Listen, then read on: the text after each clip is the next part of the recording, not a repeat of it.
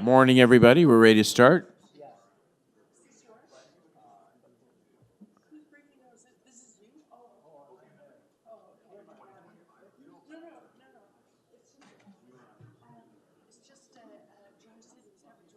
Morning, councillors. Morning, members of the public. My name is James Pasternak. I'm the chair of North York Community Council. We have quorum. I'm now calling meeting 12 in order. Welcome, everybody. Although we're meeting in different locations today, North York Community Council would like to acknowledge that the land we are meeting on is the traditional territory of many nations, including the Mississauga of the Credit, the Anishinaabe, Chippewa, Haudenosaunee, and Wendat peoples, and is now home to many diverse First Nations, Inuit, and Métis people. We also acknowledge that Toronto is covered by Treaty 13 with the Mississauga of the Credit. Today's meeting is being held by video conference and is being live streamed online at youtube.com/Toronto City Council Live. If you're registered to speak at today's meeting, please listen for me to call your name. I will call speakers in the order they appear on the list. The list of speakers can be viewed online by visiting North York Community Council page at toronto.ca/council and clicking the speakers box for today's meeting. Members, the city clerk has provided all agenda materials on toronto.ca/council and on CMP, the clerk's meeting portal. Clerk's IT staff are available to members if you need help with your devices. I also want to remind you that please submit and approve your motions by email. Staff are available at nycc@toronto.ca to help with motions.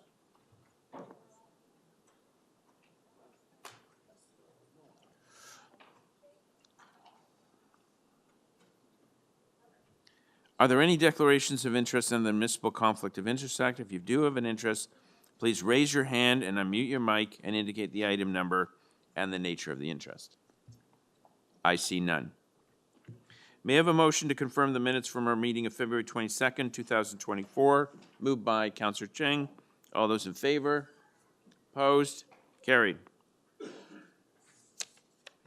So let's run through the items on the agenda.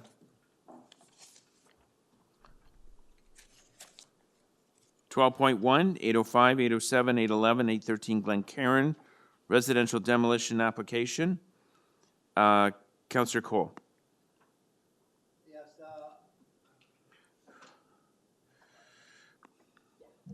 Yeah, I'm going to move rejection of the demolition permit. And just a quick explanation, I'm moving it because there's still a tenant in one of the homes. And I might address this in a motion later because this is the geothermal thing. I think Councillor Robinson. Councillor Cole, do you want to hold it down or? No, just move. I support the eventual demolition, but right now because there's a tenant, I basically I'm in the negative here. Right. Not tearing it down with people inside is not a good idea. The councillor has moved number 1, refusing the application. Any questions for staff? Any speakers other than Councillor Cole? No? All those in favor? Opposed? That is carried. Item 12.2, Lawrence Avenue West and Rosewell Avenue. Turn prohibition. Councillor Cole, I understand that you have a motion on this item. Yes, I have a motion basically to defer until September meeting. Your mic, we can't hear you. Defer until September meeting. Did you say September? September, yeah. Okay, the local councillor has moved deferral on item NY 12.2, Lawrence Avenue West, Rosewell Avenue. All those in favor? Opposed? That is carried. 12.3 has speakers, so we will hold that item. 12.4, I have a note here that Councillor Cole, this is speed humps and digital speed indicator on Glengrove. I understand you're looking to withdraw this item. Yes, I'd like to withdraw, but I think I'm going to have to defer it until September meeting. Okay, so item 12.4, speed humps and digital speed indicator on Glengrove. Counselor Cole has deferred this to September. There's a problem here. Any questions for staff? Any speakers? All those in favor of the deferral? Opposed? That is carried. 12.5, 379, 381 Wilson Avenue, zoning bylaw amendment. We're going to hold that for speakers. 12.6, 278, 280 Viewmount Avenue, zoning amendment, appeal report. I'm going to move the staff recommendation. Okay. Counselor Cole has moved the staff recommendations. All those in favor? Opposed? Yeah, and continue. That is carried.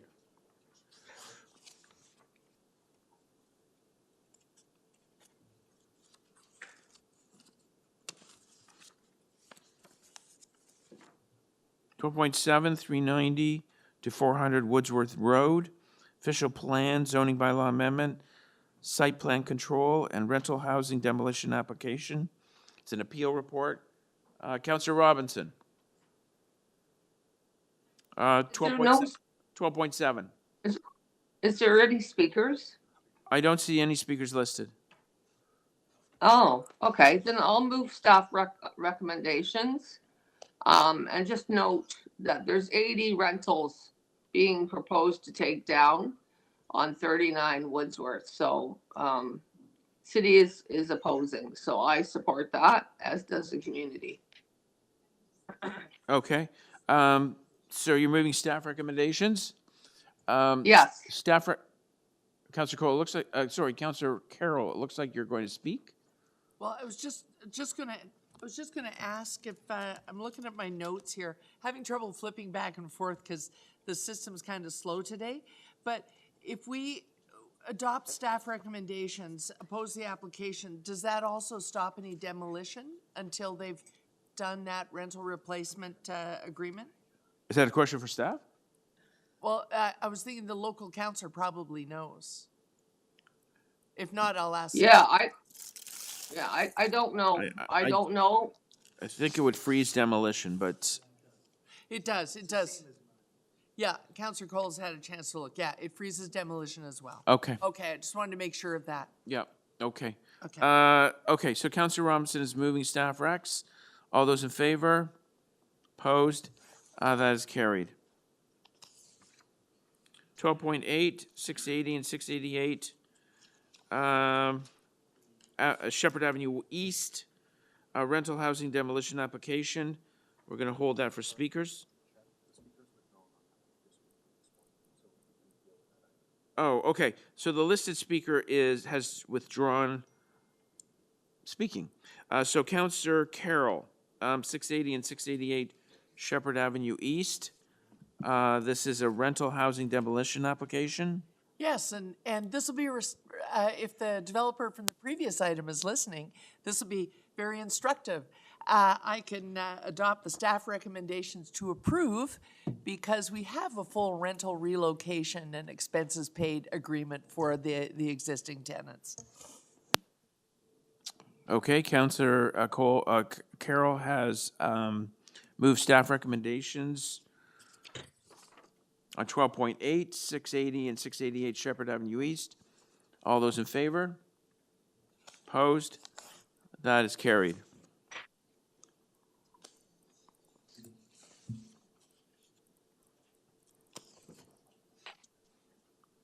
.9, 2638 Hounslow Avenue, official plan amendment and zoning amendment applications. We have speakers. Councillor Cheng.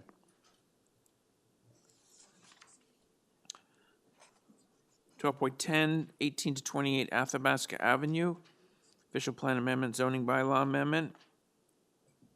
Councillor Cheng. I'd like to move without recommendation. No recommendation, yep. Move, okay. Okay, working Counselor on Cheng has something. moved. This go to council without recommendation. All those in favor? Can I just, can I just ask why we're moving that motion? Yeah, questions for the mover? Yeah, the question is for the, why are we moving a motion to send it without recommendation? Because Is there- there's still something that we're working out. There was a settlement that's been worked out, but unfortunately, I wasn't looped in until Oh, okay, very okay. late, so I'd like to have some time. Oh, okay, so Yep. there is an outstanding issue. Yes. Oh, yes, okay, yeah. okay, great. I just like to know the reason. Yeah, Uh, yeah, for I don't sure. want to look indecisive unless there was something yet to be Yes, achieved. Yes. Okay, thank you. Thank you. Do we vote on that? Okay, so that's moved to council without recommendation. All those in favor? Opposed? That is carried.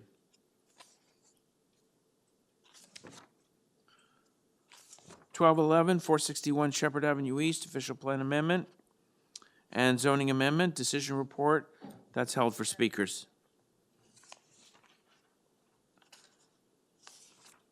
12.13, 2 Greenview Avenue.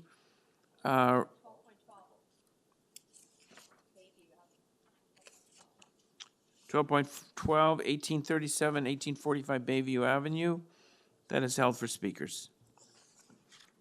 2 Greenview Avenue, residential demolition application. Counselor Cheng, I move to approve the application with conditions. number 3. Yes. Okay, number 3 moved. Approving the application with conditions. All those in favor? Opposed? That is carried. Thank you. 12.14 Bathurst Manor Mobility, Neighborhood Mobility Plan will hold 4 speakers. 12.15 Bentworth Avenue Parking Amendment. Counselor Cole. Move staff recommendation. Staff recommendations moved. All those in favor? Opposed? That is carried. 12.16, 140 Elm Drive, designation of fire routes. Counselor Cole. I move approval. Staff Staff recommendation. recommendations moved. All those in favor? Opposed? That is carried. 12.17, 127, 139 Laird Drive, designation of fire routes. Counselor Robinson. I'll move that.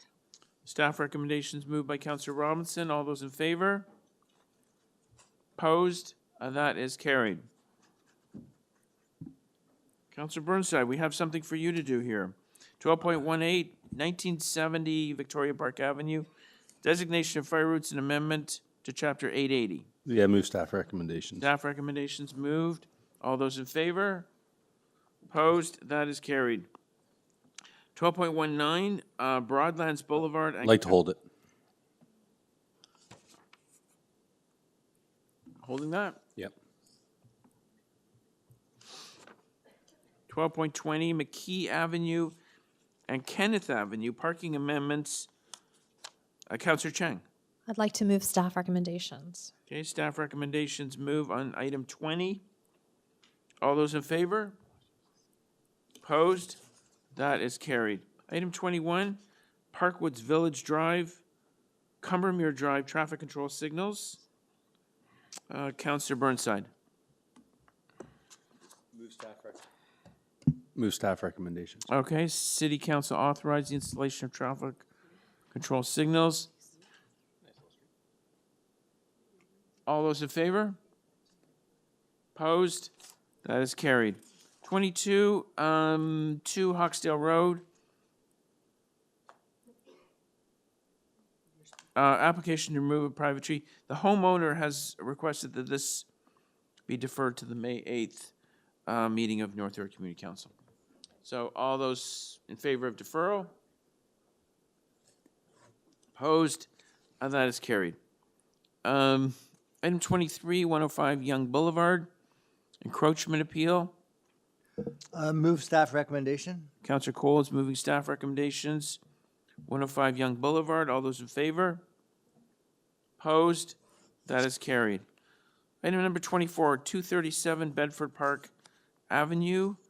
Application to remove a tree, a city tree. That's held for speakers. 1225, 3900 Yonge Street. Application to remove 4 city trees. Yeah, I'd Yeah, and a late speaker? Okay, we have a late speaker on that. 1226, reopening NY 10.22, 31 Norden Crescent. I think we have a speaker. Application, okay. Mr. Chair, can I already ask, is this one already reopened? We don't have to vote on the reopening? Okay, so it was reopened and then deferred to today's meeting. Okay, got it. Thank you. Okay, so we now have a speaker on that item. 27, 173 Homewood Avenue. Application to remove a private tree. We have to hold that for speakers. 28, Broadlands Boulevard, from Underhill Drive to Clintwood Gate. Amending the speed limit from 50 kilometers to 40 kilometers. Counselor Burnside? Yeah, well, it's my recommendation, so I'd like to move that. Coffee table up. Just a minute. Staff recommendations move on 12.28, reduction of speed limit from 50 kilometers to 40 kilometers on sorry? Move the recommendation. Oh, sorry, it's Counselor Burnside's recommendation. That's even better. Okay, I don't know, this seems fine to me. Any questions for the mover? Any questions for staff? No? Okay, so all those in favor of Counselor Burnside's recommendation? Opposed? That is carried. Here we go, 29, motion to implement no stopping on Limestone Crescent. This is a long-term problem that's been a real headache with chaotic parking conditions. And I believe we got some advice here from Toronto Police Services Parking Enforcement Unit to implement a no stopping regulation along Limestone. So that is not a staff recommendation, but it's mine, with the advice of Police Services. All those in favor? Opposed? That is carried. I don't have it. I don't have it.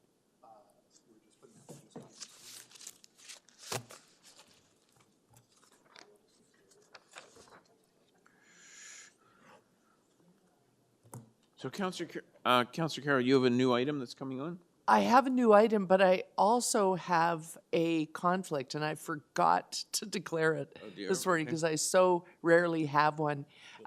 What's that? On item 1219, I live about a half a block away from the proposal, so I'll prepare the thing in writing afterwards, but and submit it to the clerk. But I should step out on that one in case there is debate on it. Yeah. It is being held, and we'll mark that item. Yeah, I forgot all about it. Thank you, Councilor Okay, Burnside. no, you're very welcome. And also, we have a new item that's, Pardon? oh, Yes, I was just thanking Councilor Burnside because he reminded me that I was going to do that. I didn't mean to steal your thank you, although it did cross my mind.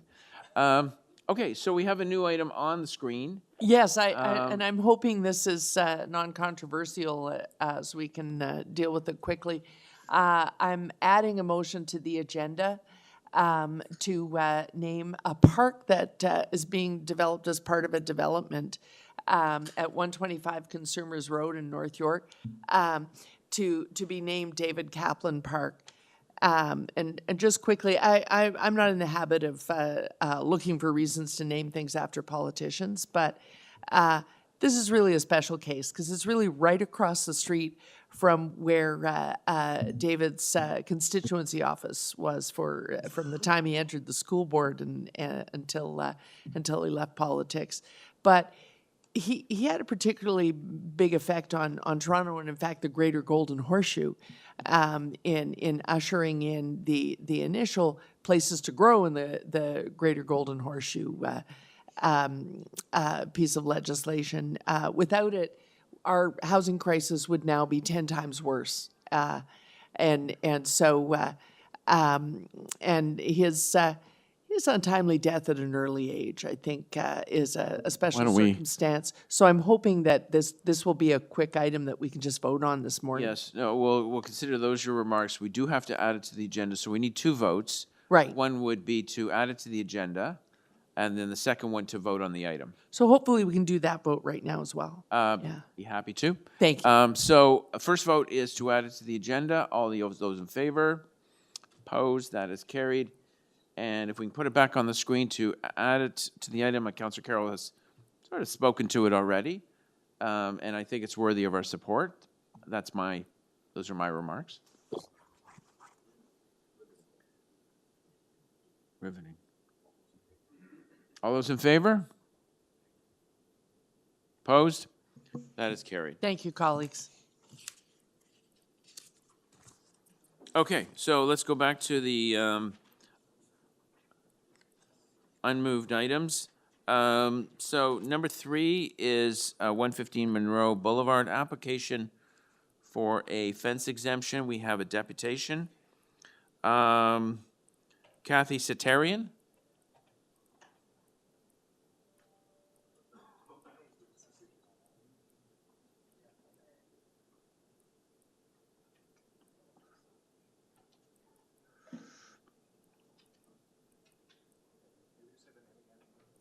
Kathy Satarian.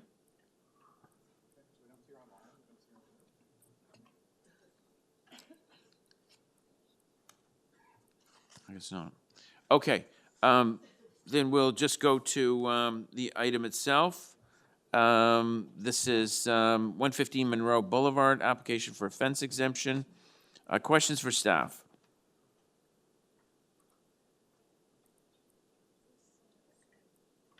Councillor Robinson, this is your item.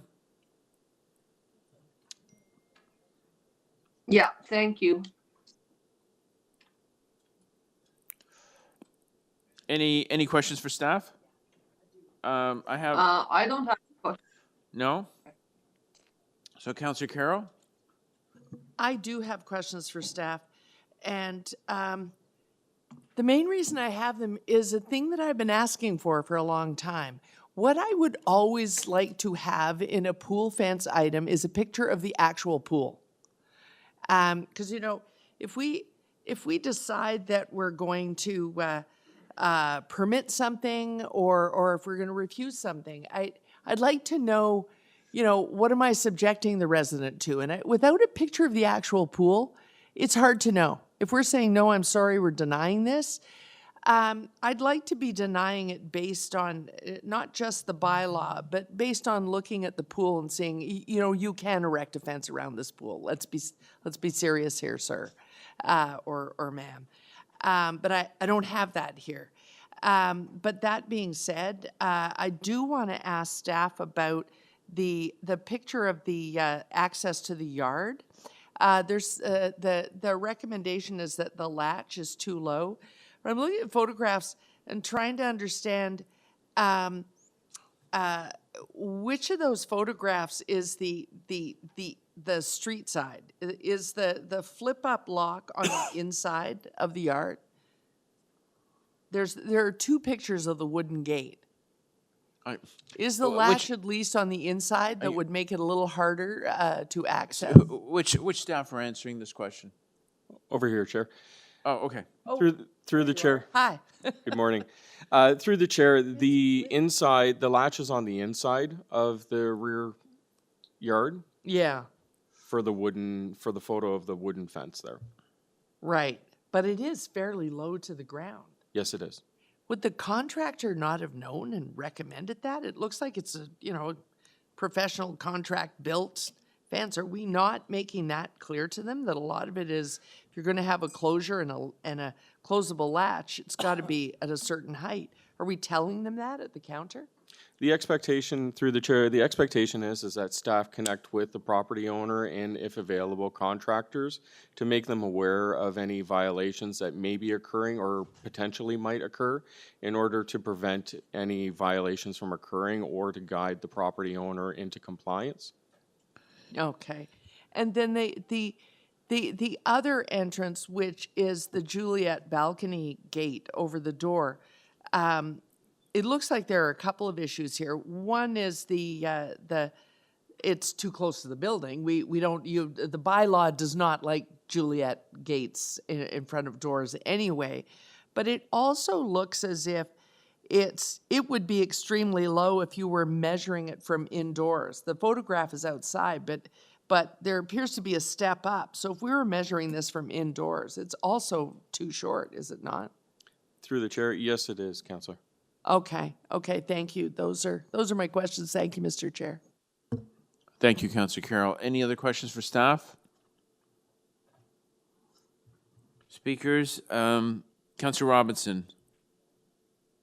Yes, thank you very much. It's my understanding there was 2 deficiencies and that they've been complied. They have complied with those 2 deficiencies with the self-latching. So I'm going to move to proceed with the approval. Granting the application? Yeah. Okay. Councillor, is it questions for the mover or? No, to speak. Okay, so Councillor Robinson has moved granting the application. Any other comments, Councillor Robinson, or okay, thank you very much. No, just that she has a question it's in my there. understanding that they've brought it into compliance based on the the issues that were there. All right, okay, thank you, Councillor Robinson. There is Deficiencies, based on the deficiencies. they've addressed the deficiencies, is what you're arguing. Okay, Councillor Chang has a question for you. Hi, Councillor Robinson. I'm just wondering, in terms of like the height of the lock, and like when you're saying deficiencies have been addressed, which specific deficiencies have been brought to compliance? It was the self-latching locks were what's been addressed. So that's my understanding. If I'm wrong, I'd like that to be pointed out, but my understanding is they put in that there was 2 self-latching locks that were devices that were not there that are there now. So maybe I have misinformation, I don't know. Can I ask staff a question, Mr. Chair? Because I need to go just to confirm that. Sure. Let's vary the procedure slightly. Councillor Robinson, for clarity of your questions, let's bring staff to the floor once again. Go ahead. Okay, so my understanding to staff is that there was 2 deficiencies and they've now been complied. The resident has complied and they were related to self-latching locks. If you could clarify. Through the chair, there were 2 deficiencies that were noted, one of them being self-closing and lockable gates. And the other one was the enclosures were too close to the dwelling. To the best of my knowledge, I've reviewed the file and there are no updated notes indicating that the property owner has reached out to MLS in order to confirm any compliance. At this point in time, that's the information that we currently have available. So sorry, you just said they have not complied with either of those? Through the chair, yes. My understanding is they still have not, they're not in compliance with those 2 items. Okay. And can you just update us on the Juliet balcony? That had some external conditions that might facilitate climbing. Through the chair. Is that constructed? Through the chair, again, I don't believe so. My understanding is the property owner has not reached out to MLS in order to indicate that these Juliet balcony doors have been either modified or removed. Okay. So why is it back before us then? Why are we, because we just deferred it? Through the chair, I'm not aware of any deferral from council on this particular matter. I believe this is the first time that this one's up. Oh, okay, okay. Mr. Chair, I'm gonna change my, my motion to refuse the application. And I'd like to direct staff to meet with the property owners again about the enclosures, et cetera. Okay, so we have to change the motion. It's a refusal. She's moving refusal of the application.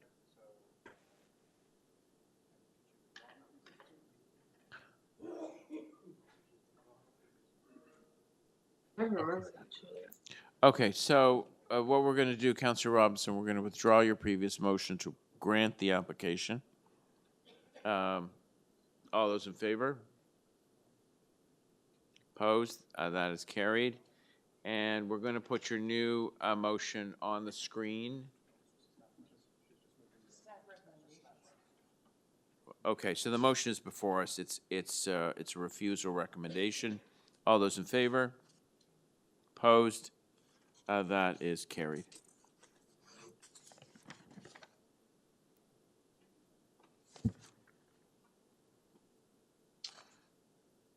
Item 12.5, 379, 381 Wilson Avenue, zoning bylaw amendment. We have speakers listed on this item. It seems almost everyone is from the applicant side.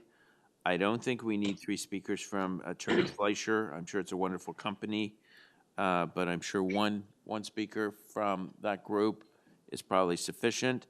McNaughton, Herman, Britton, Clarkson Planning. There's a David McKee. We'll go with him first. We also have 2 people listed from Smart Centers. I'm sure one can carry the ball sufficiently. So why don't we start with David McKee, but we have multiple deputants from the same organization. I think you can send your best and your brightest to speak. So David? Yes? Yes. Okay. Thank you for Mr. coming. Chair. You have 5 minutes. Thank you, Mr. Chair, members of committee. David McKee, registered professional planner with MHBC. We represent Smart Centers on this application. As the chair had mentioned, our project team is here to answer any questions that council may have. We have worked diligently with staff to create a proposal that provides much-needed housing, 261 units on a currently vacant lot that's been vacant for decades. We have worked with through the concerns of the community to modify the proposal to provide for appropriate transition to the houses to the south and to the west, and to limit access and other activity to the internal of the building as well as access from Wilson.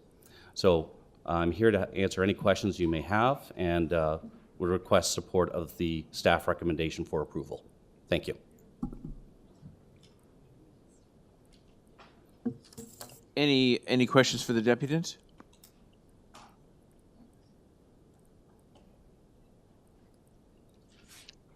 Any questions for the deputant? No, it's a former LCBO site. That, you're right, it has been vacant for many years. Just for clarity's sake, these are these condos, these rental? You want to explain to my colleagues? Yes, what they this are. will be? They are rental. Sorry? Rental. Okay, exactly what we need. All right, and no questions for the deputant? Okay, thank you very much. Thank you.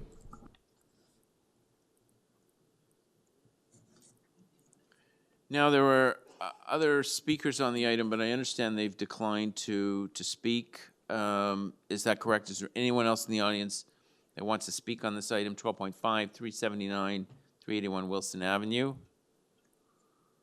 No? Okay. Colleagues, questions for staff?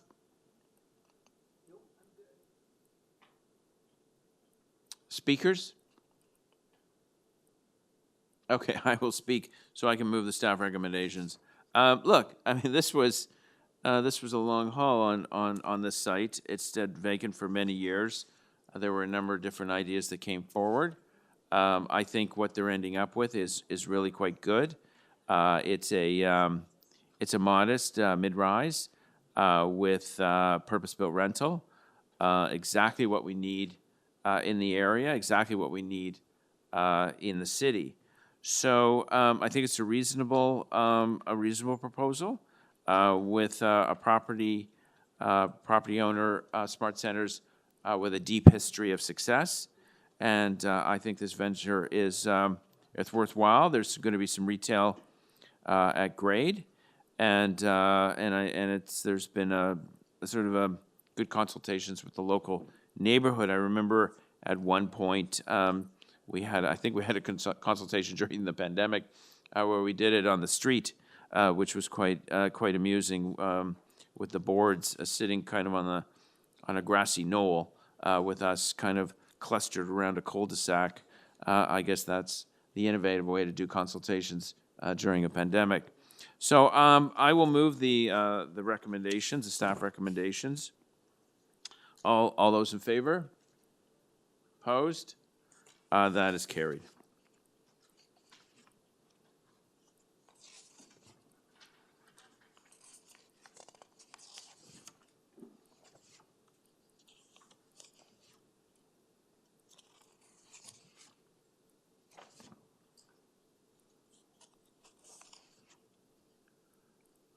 .9, 2638 Hounslow Avenue. Official plan amendment, zoning amendment applications. We do have speakers on the item.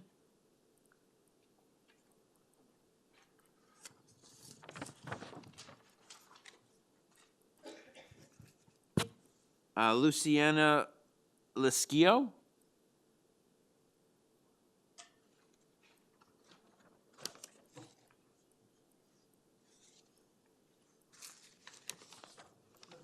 Yep, thank you for joining us. You have 5 minutes.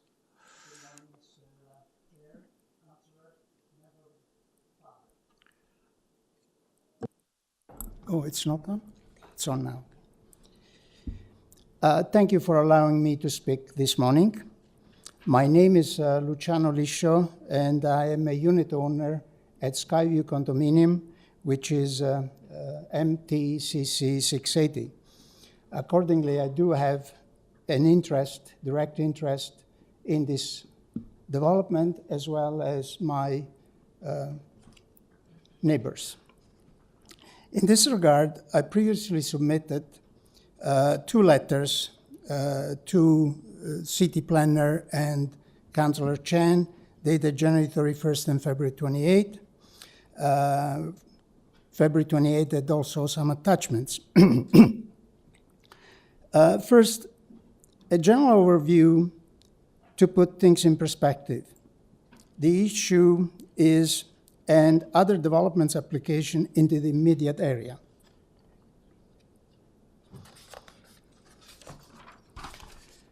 To date, building heights and developments density have been approved subject to developments meeting certain guidelines, including minimum parking ratio requirements. I understand that the minimum parking ratio requirement has been eliminated in order to provide some flexibility where warranted. On this subject, also, if there is no minimum, there is no maximum. However, the elimination of such minimum parking ratio requirement does not mean to throw away the rules that has kept development in check to date. In other words, don't throw away the baby with the bathwater. The average parking ratio has been reducing over the years from over 2.0 spaces per residential units, down to 1.5 at some point in time, down to 1.3, and more recently, I've seen as low as 0.8. Now we have 4 projects within 300 meters, 300 to 400 meters from each other on Onslow and Yonge Street, applying for parking ratio of 0.2, 0.09, 0.30, 0.15, and the 5th development at 0.82 ratio has already been approved. Again, 0.82 ratio has been approved. This project, I can name them all. It's 2638 Onslow, Yonge Street 5575, Yonge Street 5400, Yonge Street 5318, 5334, and Yonge Street 5294, 5306. I can give some easily details. The total units for all these 5 projects aggregate 2,575 units, for which they provide 624 parking, or an average of 0.24 parking ratio per unit. If each of these units, the owners have 1 car, on average, some none, some 2, they will be 1,949 parking spaces shortfall. Where are all these cars going to park? There is no space on the street. You can approve the subject project, 2638 Onslow, to increase the density, and all the other projects as well. But do so if they are supported by reasonable parking ratio to accommodate the resident needs and without adversely affecting the growing community for many, many years to come. The lower parking ratio proposed for development 1, 2, 3 that I mentioned above, and 4, will create a monumental problem for future years and future generations. The present population will not move from a 1-car family Okay, to a... you're a little over 5 minutes. If you could wrap up, please. Okay. I did not realize that I only had 5 minutes. Yeah, it's on the screen. Yes, I appreciate, Mr. Chairman, I appreciate. I will file this one, if my presentation, for the record, and that will speak by itself. Hanslow, specifically, if I have just 30 seconds. Hanslow, we have a problem with setbacks and parking. Since I'm out of time, I like to file my presentation for the record. Okay. Is that okay? Are there any questions for the deputants? Councillor Burnside. Yeah, thank you. Any question for me? Yeah, I got one. Thank you. So if they were to increase the number of parking spots, which is what you're suggesting, correct? Correct. Okay. Were there like 222 units? 220 units? They have 305 units. Oh, okay. 305. And Sorry. they're providing 62 parking spots. Okay. So how many Proposed. parking spots would you be suggesting? An average, if since the latest project have been approved between 0.82 and 0.89, those are the lowest number I've seen, we should stick with those numbers. So I then- don't intend to Okay, increase it. so 0.8 or 0.9, you're looking about 250 to 270 spots, correct? Yes. Okay, so would you be okay, like, if you're adding basically, you're suggesting to add 190 spots, correct? Correct. Okay, you're also then adding 190 cars to the area. Okay, Are you okay with that? yeah. So you don't have, so, because my concern is that the more parking you add, the more opportunity there are more opportunities for people to move in with cars, which then adds to more traffic in the area, which is kind of, under my impression, pretty bad already. So wouldn't you want fewer spots? And then when someone's buying the place, they know there's no parking, and they're going to have to use alternatives like transit. Correct. Okay, that would just be my suggestion. Thanks. Correct. But one thing is that if we don't provide the parking and they buy the place without the parking, eventually they're going to sell the units at some point in time, and the new one might have the car. In other words, we're not going to change the society to zero car overnight. It might take 50 years. Yeah, And correct. also the providing the additional parking, which has kept us relatively safe. We're not New York, London, Rome, Paris, etc. It's easy. They can go down 4-story, 5-story, 7-story high, level underground and provide the parking. And they can have 60 floor height as long as they can provide the parking. They don't provide the parking, the height should be restricted to the amount of parking space available for the development. And look, between Hounslow and just north of 5800 Yonge Street, 5874 Yonge Street, there's going to be a monumental number of cars require parking. Yeah.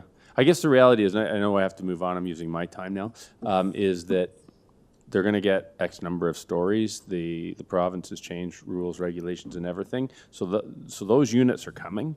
I guess if I were a resident in the area, and in fact in my area I have the same issue, where I live is you can't stop the number of units coming.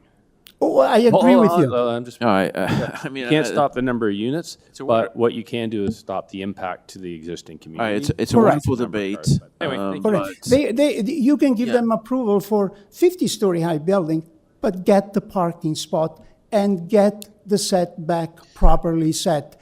If I'm allowed, Okay, look, we just can't debate parking endlessly. but there is With all one. due respect, I'm sure this has had community consultations, and you were free to express your concerns about the parking.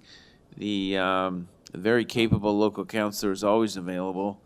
I think we have to move on and give someone else a turn. Thank you very much. Where do I file this or send this by Jay Gold- email? Oh, the clerk, please give that to the clerk, and we'll circulate it online to councillors. Thank you. Jay Gold?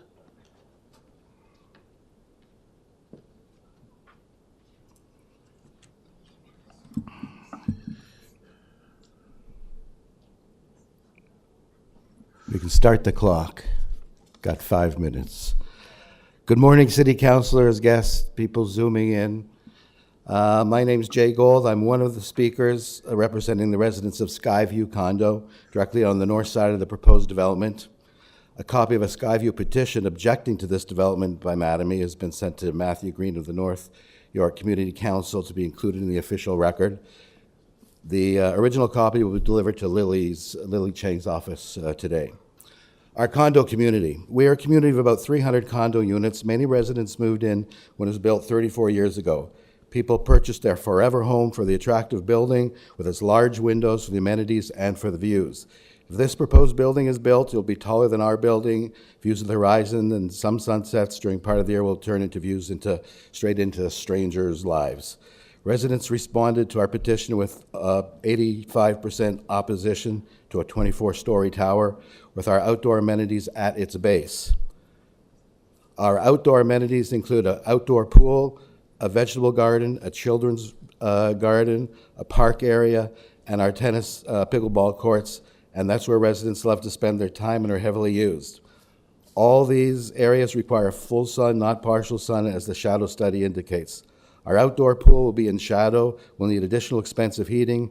Residents don't want to sit in the pool in the shade. It will get loose and will probably eventually get closed for good. So we have development fears. We have fears about the development, including construction noise, flying debris, airborne dust, threat to mental and physical well-being.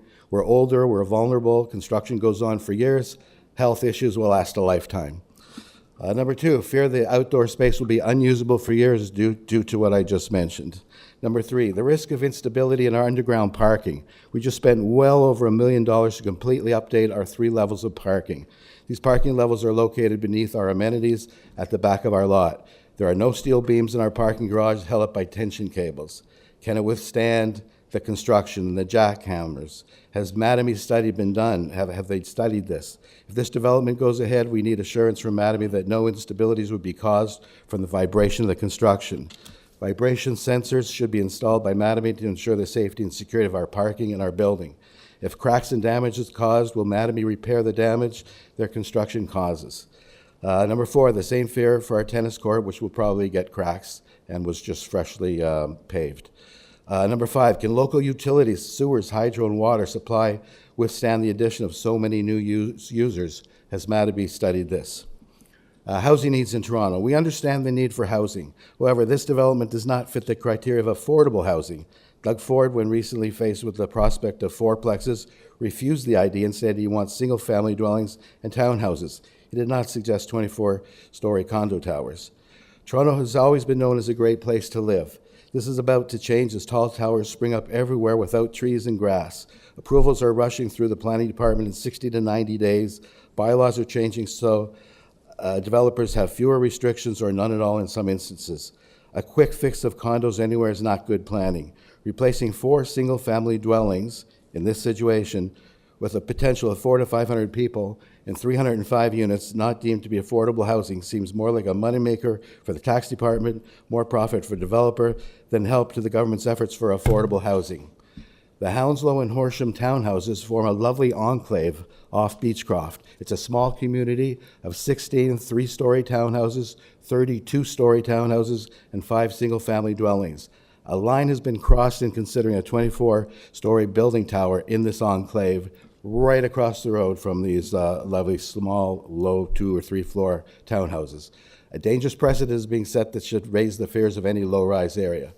The Finch subway station. Many bylaws have changed quickly in order to get towers up around Finch station. This year is the 50th anniversary of the Finch subway station. Willowdale and North York here is the terminal station. It's taking the brunt of the lack of action by the Toronto City in not extending the subway by even 1 stop in 50 years. This lack of momentum has fueled a potential high-rise, high-density problem at Yonge and Finch. With proper planning, this flurry of condo activity should have reached Richmond Hill by now. Parking problems. Recently, developers near subway stations have been given the green light to reduce or even remove the requirement for adequate parking spaces within their complexes. With a deficit of up to 2,000 parking spaces in new buildings along Yonge, all within 3 blocks of this Mattamy proposal, question of arises of where these cars are going to park. On the streets, lanes besides sidewalks with cars parked constantly.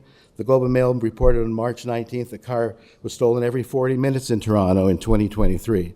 Now up to 2,000 more cars will be left overnight outside, becoming a haven for car thieves. We're a car-based society, and the subway system doesn't go everywhere. From Willowdale, it only goes south. There's no north, east, or west subway options. Families go to cottages, haul hockey equipment to arenas.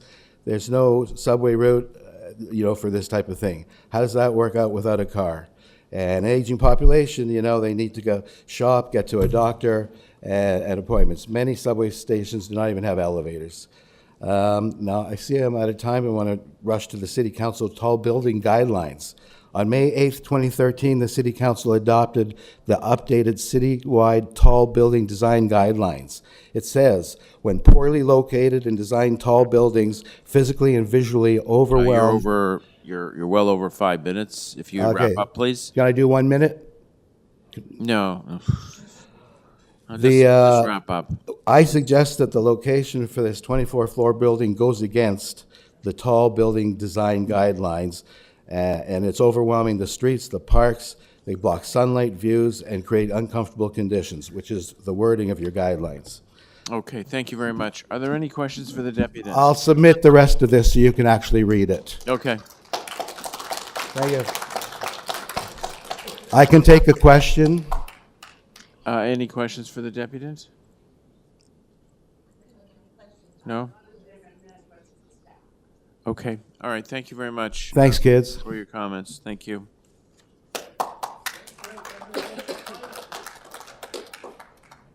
So the next set of deputants look like they're for the applicants, Boostfields, WSP, and Mattamy. Is it really necessary to hear all three? Can you have one person kind of come forward and explain the application, or? Hi, Mr. Chair. My name is Simran Badi. I'm from Bellsfields Inc. That sounds good. We have our transportation consultant here as another speaker if you have specific questions for them. But beyond that, I think I can take the majority of our thoughts. All right. So between Boostfields, WSP, and Mattamy, who will be? Which one? Of the It'll three be me, Mr. will? Chair. Simran Badi from Bellsfields. Do you want to send? Who do you want to send? Billy? Billy Cadden? Simran Badi. Oh, Simran. Okay. From Bellsfields. Okay. Simran Badi?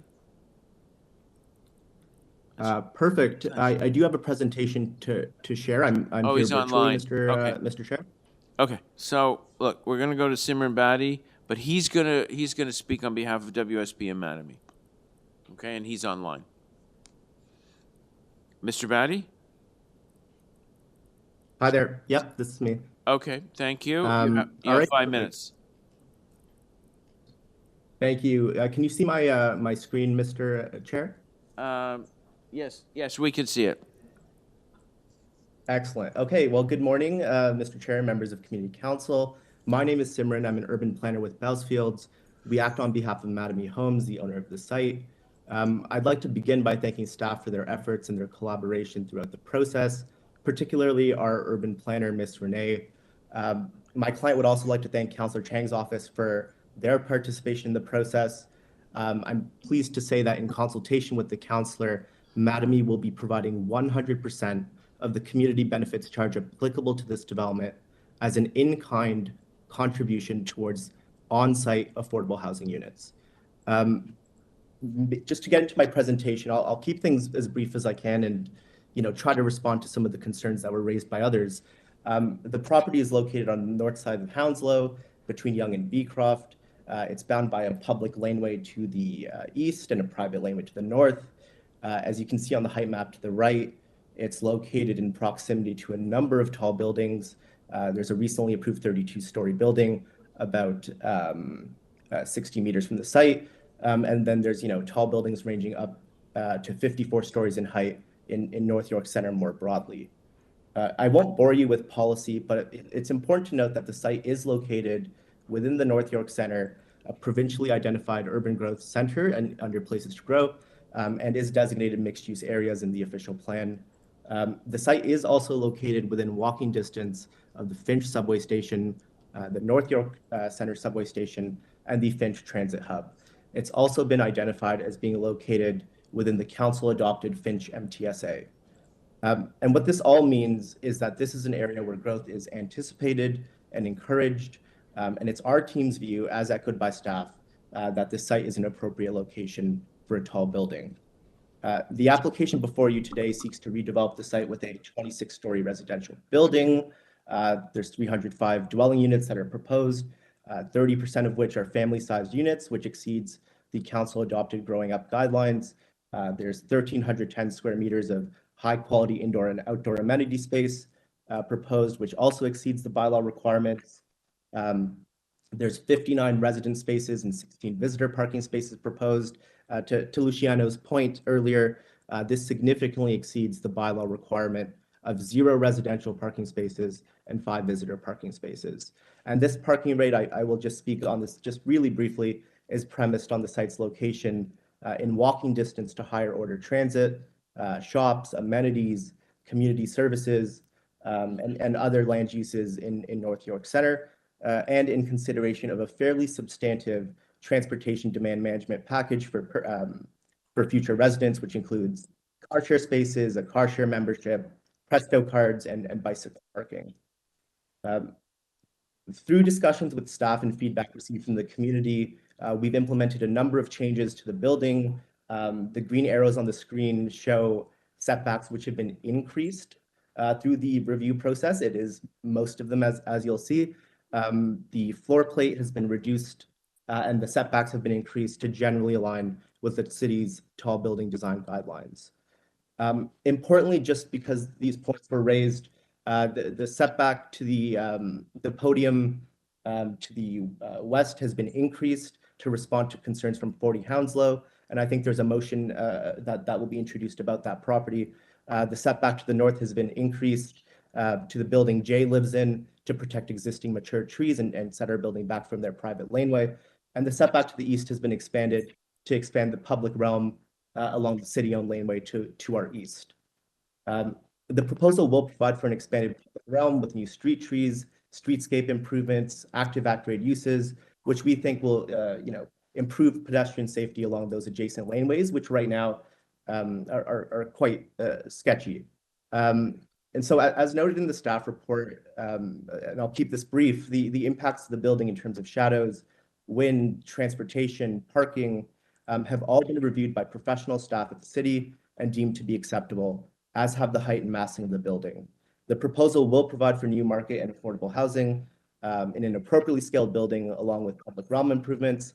I've reviewed the staff report and support staff's recommendations. I'm here to answer any questions on behalf of our team and would like to thank you for your consideration today. Thank you. Great, thank you very much for your comments. Any questions for the deputant?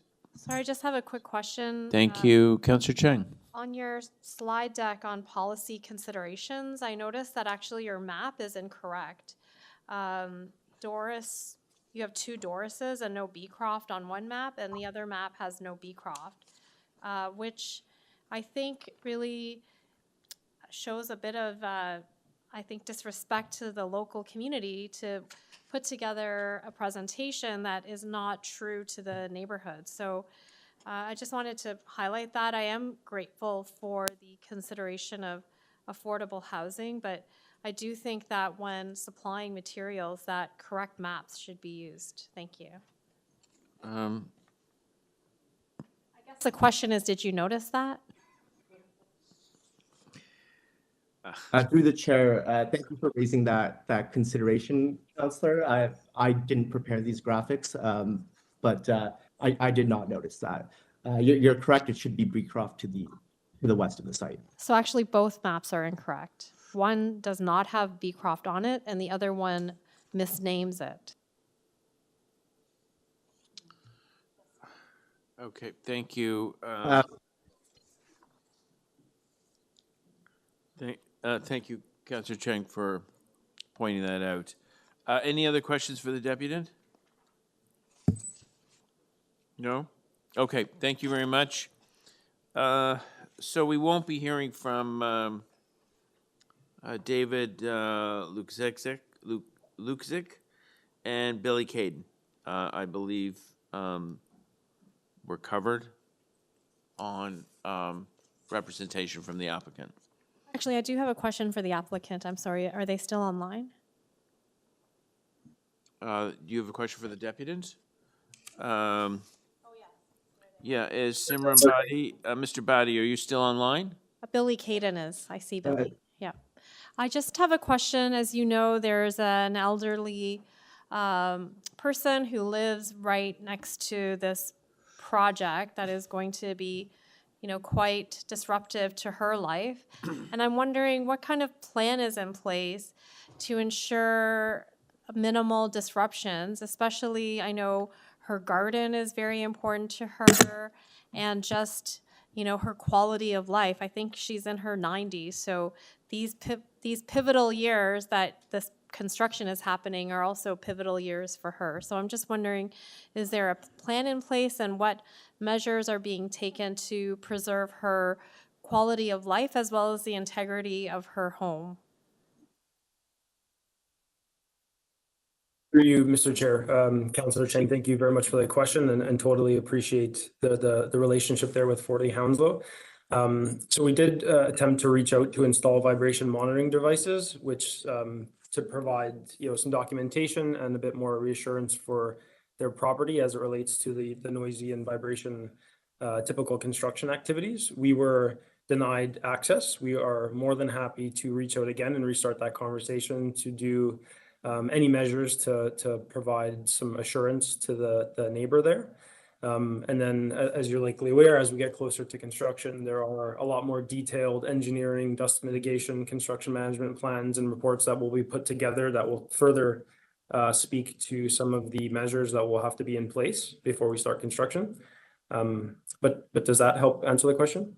Yeah, I just hope that there is an acknowledgement, especially I know, it's quite amazing that someone in their 90s is actively gardening and has a beautiful garden from what I hear in the summer, that ability to enjoy that activity for her health and for her quality of life is protected as such a big construction happens. So it's not just about the mitigation, but also the communication.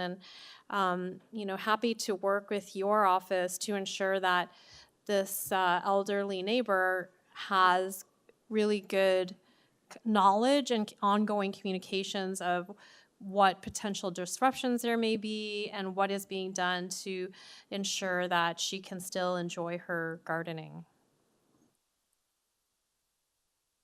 Through you, Mr. Chair, we are more than happy to continue working with your office, Councillor Cheng. We don't intend on taking away that leisure activity from her by any means, but we are more than happy to work with your office as well as the neighbor to ensure she can do that happily. Thank you. Great, thank you, Councillor Cheng. Any other further questions for the deputant? No? Mr. Batty, thank you very much. Questions for staff? Councillor Carroll? Yeah, I'm wondering if we can unpack the parking issue, because that appears to be a big issue in the neighborhood. And our report template really just requires us to throw the numbers in there. But I'm trying to understand from looking at the elevation design and then reading the report exactly what we're providing here.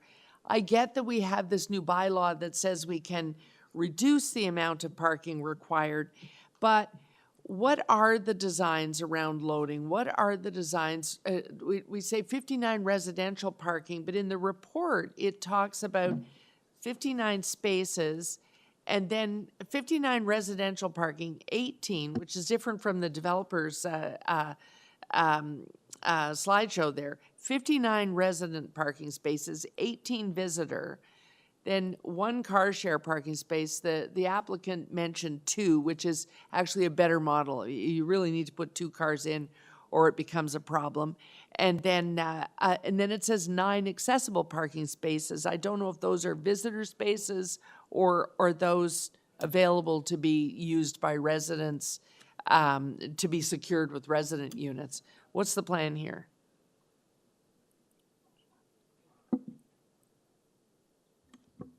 Through the chair, Shane Abraham, Transportation Services. To address the question regarding loading, staff have, sorry, bear with me.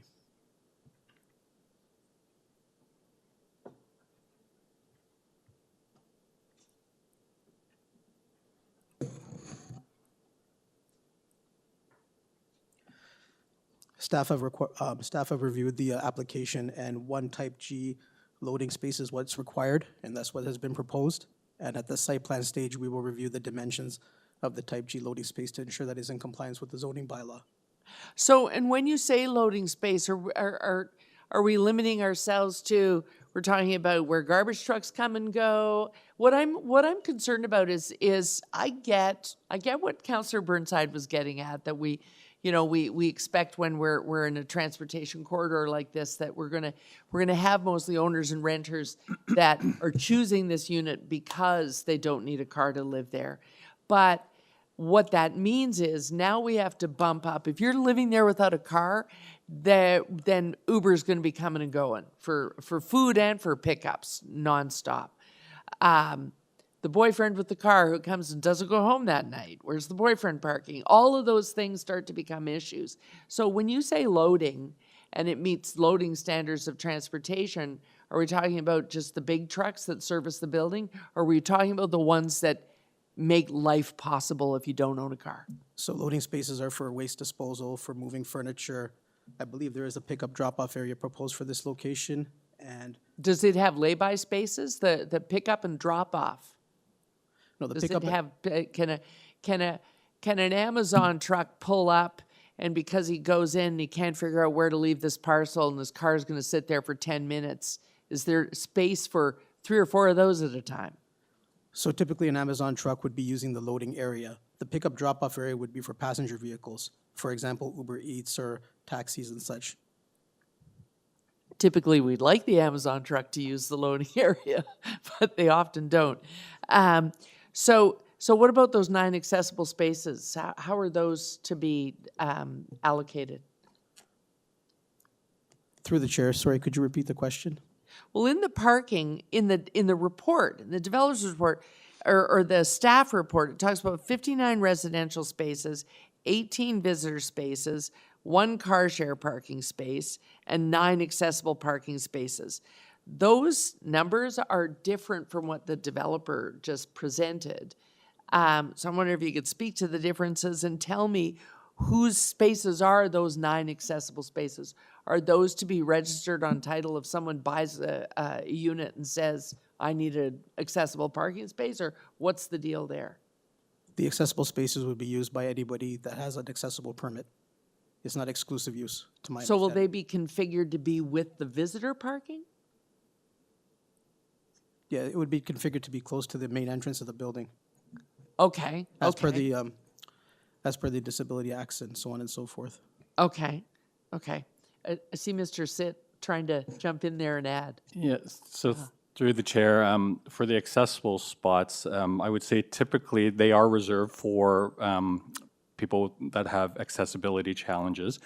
But there are situations sometimes where the units or the parking spots are sold to the residents, but then they would have to give up that spot if somebody that has accessibility challenges requires it later on. So there are, so they would have to swap that spot out with an available spot. So they couldn't register it on title with their unit? Yeah, it's typically in the condo declarations. Yeah. When we get to that point. Okay. Well, and I wonder if you could speak to this. It is a really low parking ratio, given that this building doesn't front on Yonge Street. It's, it's at the back. And yes, a lot of people there will walk to the subway or e-scooter or Uber or whatever to the subway. The first mile, last mile is pretty easy in this location, but it is off Yonge Street. We're going to the extreme of the bylaw. Is that a matter of that's just what we chose to require, or is that a matter of during negotiation the applicant was trying to negotiate down to that extreme? So perhaps I'll turn it over to my colleagues in transportation for that. So the proposed parking meets the criteria set out in the bylaw, the zoning bylaw. So in the zoning bylaw, we have a residential requirement of 0 minimum parking spaces. And in this case, I believe there's a maximum of 223 spaces for residential. Their proposal is within the guidelines. And that maximum number, that's a combination of resident and visitor parking. Correct. Okay. Was there any conversation about, given that you're going to the real minimum of resident, of bumping up the visitor parking? Through the chair, the proposed visitor parking is actually above the minimum guidelines. The requirement under the bylaw is 5 visitor spaces, and in this case, they are proposing 18. Okay, was so your it was last- 18, it was 16 in Councilor his Carroll, you're over 5 presentation. minutes. That was your last Okay, thanks. I apologize, I had a little No. trouble getting to the answers. Yeah, okay, understood. Any other questions for staff? Councilor Chang. So I just want to clarify, because a lot of residents complain to me that shadow studies do not include mechanical floors. Is that correct?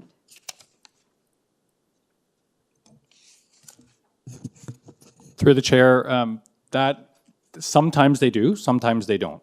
That would probably be the best answer I could give you. And in this case?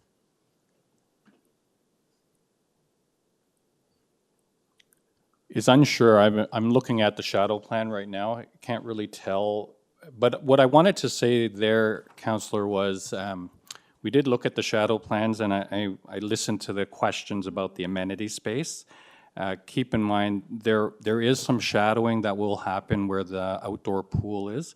It's about a couple hours during the spring solstice, so that's in March.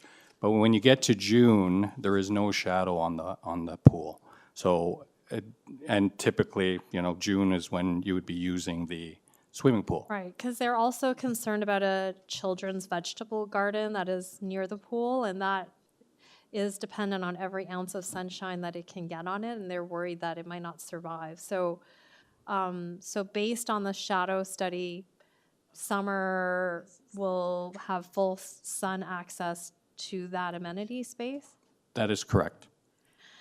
I'm also wondering about assurances about the surrounding stability of structure. So we heard from Skyview, they're concerned about their basement parking, which is very close underground as well. The elderly resident right beside the space has also expressed concern about the stability of her home under such a big construction. And I'm wondering what is in place to protect for the stability of surrounding structures, and what can be done beforehand to establish a baseline so that we can measure if there is any impact.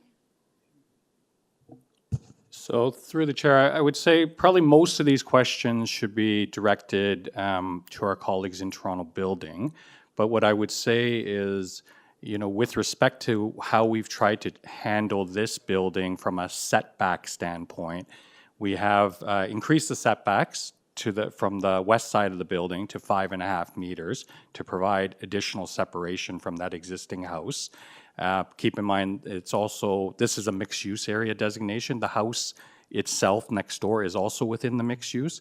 So in some cases, when we are dealing with buildings, it's not uncommon to see the podium of a building actually on the property line next to another mixed-use building. In this case, we've actually pulled the podium back 5.5 meters, and also from the rear, we've pulled it back.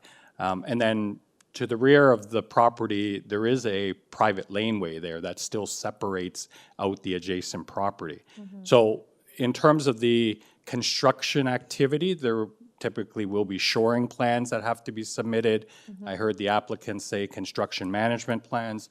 Those are things that would be submitted at the building permit stage. Okay. Another question I have is about piggybacking off what Councillor Carroll is asking.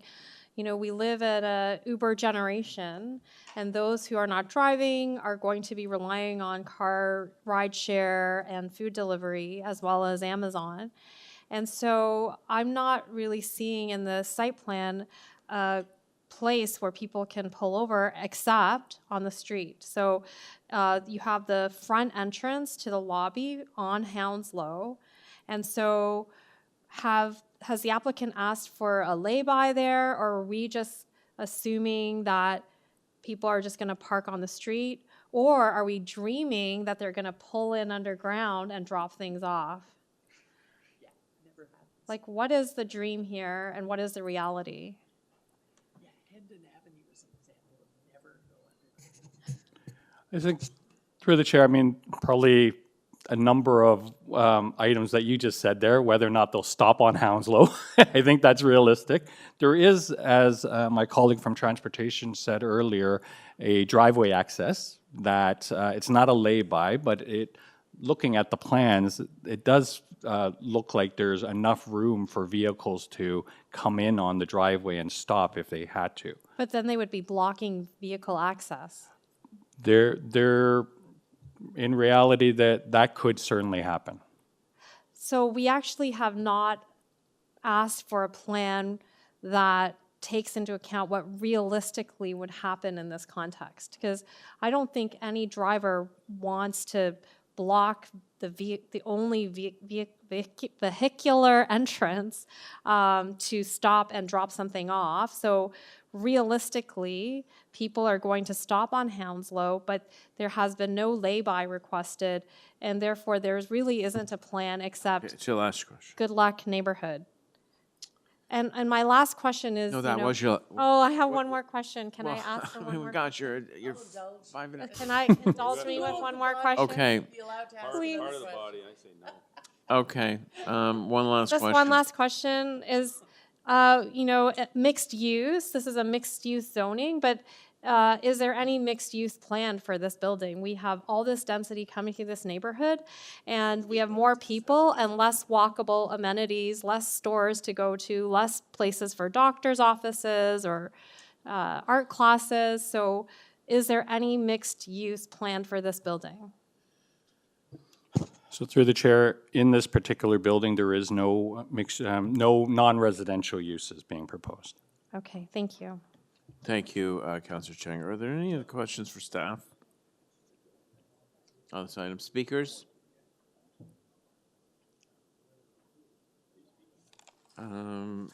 So Yes. I'd like to move without recommendations because I think there's still some things that I'd like to work out with the applicant with regard to the drop-off area, with regard to the lack of mixed use, and also with regard to the communications plan with the neighbor beside them. So I think that the developer has shown goodwill. We have a commitment from them to include affordable housing in their project, for which we are grateful, and they have shown themselves to be very open to discussion, but there are just some really important pieces that haven't been lined up that I think need to be addressed before we can move forward with clarity. No, no, we have other speakers. Question of the mover, Councillor Carroll? Perhaps I'll just speak to it instead of asking a question. Councillor Carroll? I don't want to put the councillor on the Speak. spot, but I will say this. It's nice that the affordable housing is in there, but it's according to policy. And we have levers for that, but we have levers for other things too. These guys are asking for the minimum amount of parking. They're also asking for the minimum green standard. You know, they could go to tier 2 or 3 of the Toronto Green Standard, possibly be eligible for some financial rebates, including development charge credits, which would help to finance putting in just a few more parking spaces. And when I say that, people will be shocked. I actually subscribe to the theory that Councillor Burnside was trying to describe earlier, that you don't want to bring a lot of car-owning people into what is meant to be a very dense transit corridor where people use transit. But by the same token, there are the ancillary cars that come as part of life. All of the gig economy, ride share, food share, all of those that find their way to our buildings, we have to upgrade and modernize to accommodate those. And we have to accommodate, if someone has decided they're going to live the carless life, what happens is mom and dad decide to come to town to stay. The boyfriend is becoming more and more serious and we're getting engaged and suddenly he's not going home at night. There are all those things that create cars around the building full of tenants that are living carless. And so, where I'd like to see more parking is to support that. Because that is my experience in my Sheppard Avenue buildings, all the way out to the one, I have a huge 43-story Tridel building where the condo board is trying to negotiate that the office building nearby, that's parking lot is full Monday through Friday. Can we have it on Saturday and Sunday? Could you leave it open so that our relatives and visitors could use it?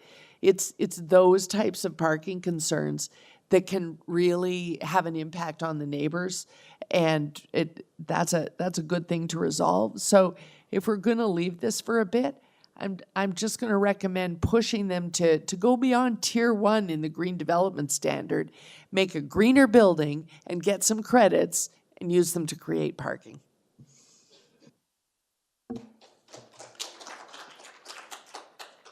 Thank you, Councillor Carroll. Any other speakers on the item? No? Counselor Chang has moved the item without recommendation to council. All those in favor? Opposed? That is carried.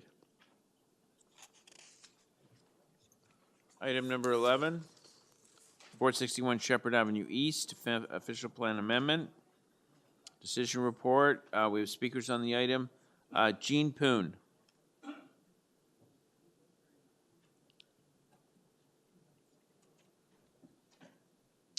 Jean Poon.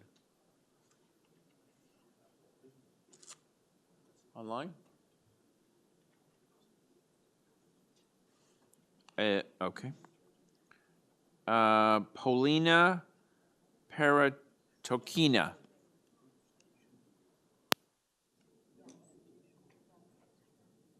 Paulina Paratokina. Online? No? Yes, I'm here. Hi, Paulina. Hello? Thank you for joining us. You have 5 minutes.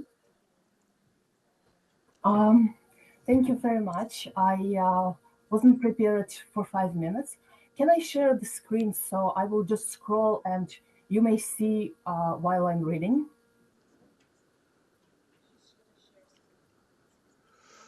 Hello? Are Hello? you sharing your screen? Well, I'd like to. Oh. So you have the ability to share screen, but we can't see it yet. Okay.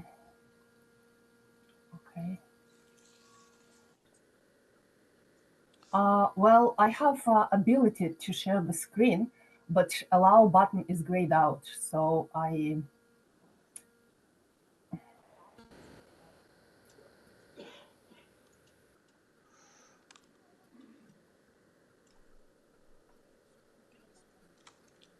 Okay, I'll start and you give me a few extra seconds.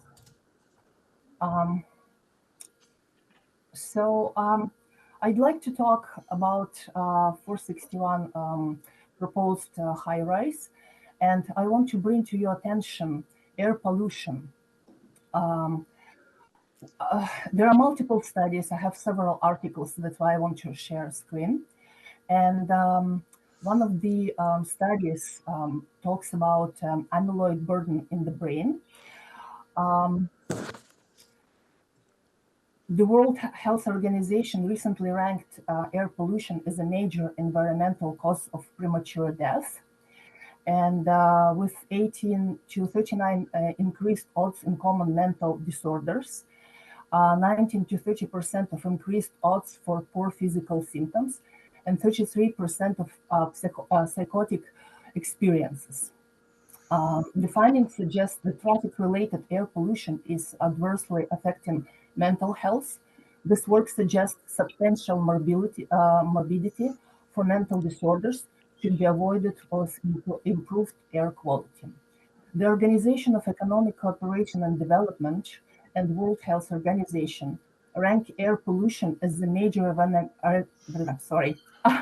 environmental cause of premature death and have concluded by reducing air pollution levels.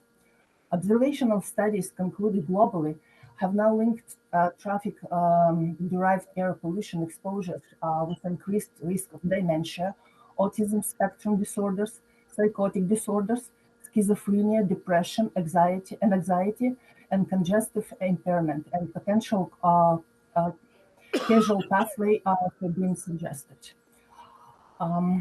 There are some, whoever is interested in entire articles, I can definitely share it afterwards.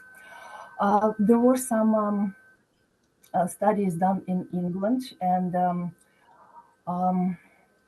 they studied one of the London neighborhood, which included like white British, black Caribbean, black African, Asian, other ethnicity, smoking status, ex-smokers, sporadic smokers, and drinking conditions, and they all prove that regardless, all those factors definitely contributing, but air pollution like outside was a significant factor for diseases. Sorry, I'm just trying to scroll because I want to touch the key points.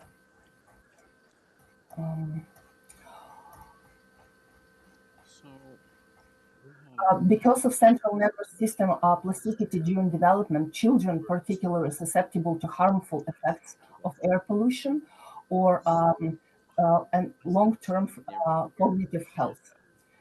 Summary of measure of air quality suffered from a wide range of environmental compounds was associated with increased risk of schizophrenia in US and Denmark.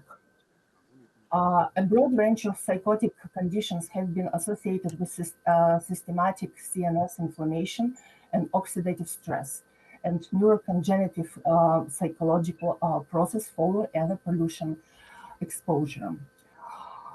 Despite notable of an EU quality over the last 30 years, air pollution remains the foremost environmental cause of premature mortality, resulting in an annual of 300,000 premature deaths. The adverse effects of poor air quality span a range of illnesses, including heart attacks, strokes, respiratory issues, diabetes, dementia, and lung cancer.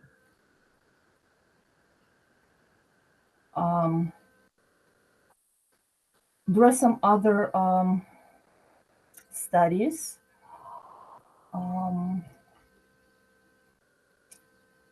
Yes, I read that. Let me see. Also, neuroinflammation, again, we're talking about air pollution, and neurotoxicity appears to be important both for depression and psychosis, the both short and long-term effects of air pollution. Particulate matter may enter brain via lungs, which could include, sorry, I'm a little bit nervous. You're over 5 minutes. Could you wrap up, please? You're over 5 minutes. Could you wrap up, please? I wasn't given full 5 minutes because I tried to share screen. Well, I did put your time on hold. And now you're 5.5 minutes. So the entrance of air pollutions would go through nose and enter, end up in the lungs, in brain, in blood, and in brain. I guess okay. I've been interrupted, so I cannot continue. But there are more. Yeah. Okay. Thank you. Thank you for your comments. Are there any questions for the deputant? Okay. All right. Thank you. Thank you very much for your comments, Paulina. Michael Vanny? There. Okay. And you are the applicant or the applicant's representative?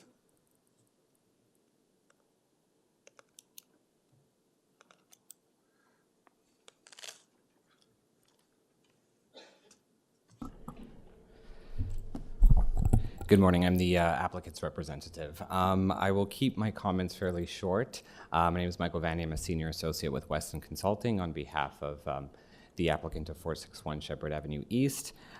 We've reviewed the staff report and agree with staff's recommendations. I did want to make two comments, though. Firstly, I really do want to thank the City of Toronto planning staff and the various departments. This is one of the few applications that was able to get to an approval recommendation report within the accelerated timeline. So I did want to extend a thank you to city staff on working with us to address a number of issues which have sufficiently been addressed for this recommendation. However, as noted in the staff report and our previous discussions, we're not done yet. We still have a rigorous approvals process ahead of us through site plan approval and eventually draft plan of condo. And as part of that process, I did want to make it clear to council that my client is very open to exploring a TTC connection, given our site is located right within the Bayview MTSA, directly adjacent to the Bayview subway station.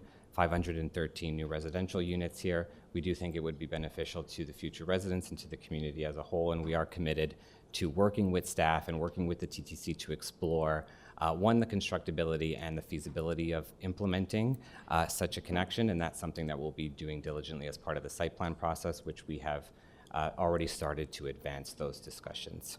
I'm available if there's any questions, but we look forward to a positive approval. I have a question.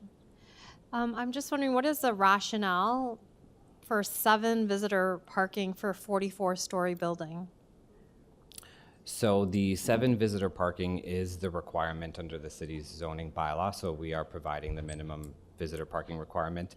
As I said, we are adjacent to the Bayview subway station, so we would hope that a lot of visitors would use the subway and transit options to get to the building. I think one thing that we'd also like to inform, and given some of the previous conversations for some of the other applications, there's also 3 lay-by parking spots at grade, which would be for pickup and drop-off, Uber deliveries, and such like that. So there is, those spaces are being provided in excess of the visitor.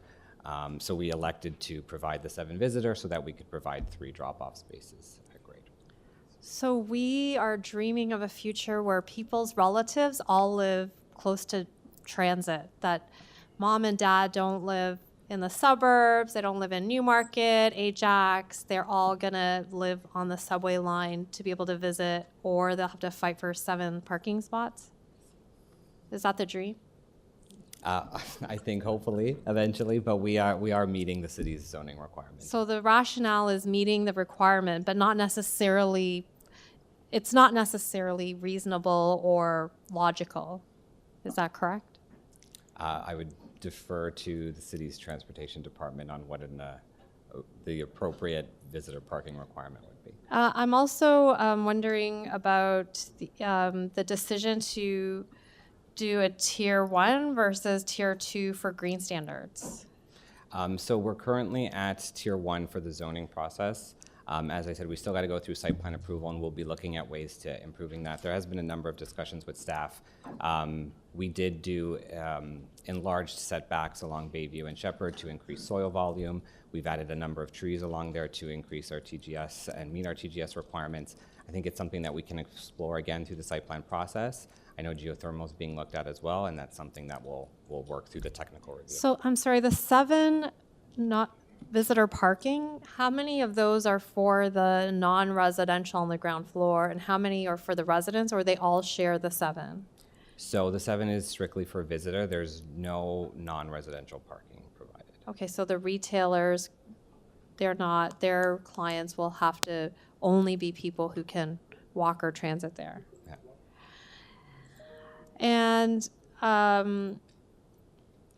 And this entry and exit is only off of Bayview for cars? No, there's no entry from Sheppard, is that correct? Correct. Okay. That's all my questions. Thank you. Thank you.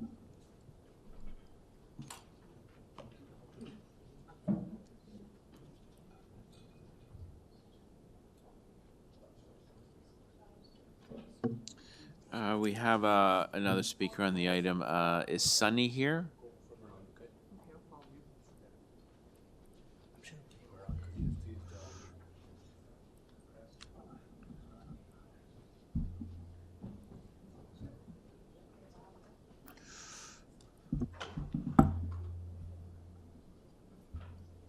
Thank you for joining us. You have 5 minutes. Thank you. This process is all new to me. I'm not exactly sure how it works. So I went to elementary school in this neighborhood, and I went to high school in this neighborhood, and I still live in this neighborhood. I love this neighborhood, and I don't know anybody in this neighborhood who wants to see this condo go up.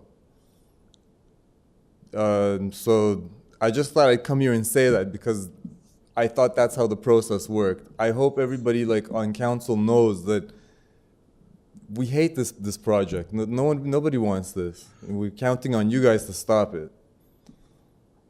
That's it. It's very uncomplicated. Questions for the deputies? No. I just have one. Are you aware that should we stop it, they can easily appeal to the province to override our decision and seek the approvals they're looking for? I welcome any sort of instructions, education, like suggestions that I'd be willing to put in the work. So are you aware that if they do appeal it, they could ask for more density and less conditions? I'm not sure I understand, sorry. Well, often the best deal for residents is at the local level, approved by council and community council. When they appeal, they may ask for more density, more height, less restrictions on some of the conditions we're putting on them. Are you aware you could get a worse outcome if it goes to appeal? No, I wasn't aware of that, but whatever the process is, whatever it is we have to do to stop like all these condos from being built, like they've built so many already in the neighborhood, they pretty much are ruining the neighborhood. Let's be realistic. Enough is enough.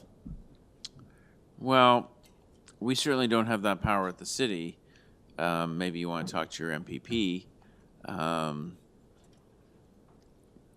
Whatever it is we have to do, we have to put the effort into to All do right. it. Well, I'll leave it with you if you want to talk with the province. But much of the planning tools and powers have been taken out of our hands at the city, unfortunately. Yes. So what to do? All right. Okay. Work with your local councillor and your MPP. Any other questions for the deputant? Yeah, I just thank you for your honesty and desire to do something for your community. And I suggest you set up a meeting with your councillor, Councillor Cheng, I think it is. And I think that is the best use of your time if you want to do something about this proposal, because it is, you're not the only one that's totally befuddled by these changes in planning, because there have been more changes in the last 5 years in planning than there has been in the last 100 years. So I can imagine why you have a hard time keeping up. So don't feel bad about that. We're even trying to keep up, as our staff is trying to keep up. So anyways, Councillor Chang is great at meeting, explaining. She'll even provide some food for you. So I urge you to go with Councillor Chang. Okay, thank you. I appreciate that. I look forward to it. I'm happy to meet. Just, I will say my powers are very limited, but I'm happy to meet. And we can talk about how to move towards better policies. And that takes everyone being involved, because that's through the democratic process. Thank you. Sure. Thank you, Councillor Cheng. Any other questions for the deputant? Okay, thank you very much. Questions for Thank staff? you. Councillor Carroll? I do have a question, and I think the councillor's already raised it in her questions to her applicant. I am very concerned about, we've been talking about parking a lot this morning, but I am very concerned about this corner because we now have, it's public, it's on the AIC. We have an application for big intensification on the property of the YMCA across the street. We have long had the quadrille approval at Bayview Village, big intensification there. We worked hard to improve the subway entrance there so that definitely, if you're going to buy a unit on top of Bayview subway station, you're probably a subway traveler, so that's great. But we also have a lot of drop off there because it has long been a situation here. It's been hard in this particular quadrant around Bayview subway, surrounded as it is by established homeowners. They're using the train now. It has good ridership, but there's not a lot of people taking transit to transit. They're getting dropped off at the transit station. So it's nuts in the morning around this intersection. So we really always want to make sure that we're making sure that we're dealing with cars around this intersection and finding a place to pull in if you're coming from a single family dwelling to drop somebody off at the subway to make it easier for all of these new tower dwellers. But again, this one has more units than the last building at 500 plus units and fewer parking spots at only 7. And again, I'm really worried about weekend lifestyle of this building. And it seems like our parking bylaw is not taking it into account. I'm wondering if you could comment on when that bylaw will be reviewed. I think that's the real question here. Because the minute we adopted it, I demanded a meeting with our chief planner at the time, Greg Lintern, to say, your bylaw doesn't take into account the suburbs. These buildings are going to be surrounded by streets where there is no overnight parking. We don't have old side streets where they can find their way in amongst the permit parkers. If someone's coming to this building and then not going home, staying overnight, a 44-story building with only 7 visitor parking spaces is just not workable. Are we going to review the bylaw and look at suburbs versus downtown and what we do in these neighborhoods where there's no overnight parking? So, through the chair, perhaps I'll try to answer the question. I think it's certainly something that planning staff can take back to the chief planner's office, but I think, secondly, I would say that this is probably an item that could be raised at council when this report goes forward, so that it can be explored, because I'm sure it's a citywide question. It's not North York type of questions. I'm sure the same questions are coming from Scarborough and Athabaska. I believe so. Perhaps that could be something that could be introduced and to request what the timing of the review of the bylaw could be. So maybe would we take that through planning and housing? Maybe Councillor Chang and I could do something, because along the Sheppard corridor and the Yonge corridor, we're just struggling with this. I think that's probably a valid route, because PHC is the committee that's citywide and deals with citywide items. Okay. I leave it to the councillors to ask questions about this particular building on that issue. Thank you, Councillor Carroll. Any other questions for staff? Yes, I have a couple of questions. So with regard to the 7 visitor parking, is that, by your professional assessment, is that a workable number for a 44-story building? Through the chair, staff reviewed the applicant's proposal, and based on the criteria set out in the bylaw, determined that they met the minimum requirements. On a personal level, I don't believe it is. However, based on the rules and regulations we have in place, we have to follow that. Right. I also, wonder about school access. So we know that the schools in the area are very full, and not every working mom or dad has the time to walk their children to school at the given time. So now there's no walkable schools, and therefore we don't want them to drive.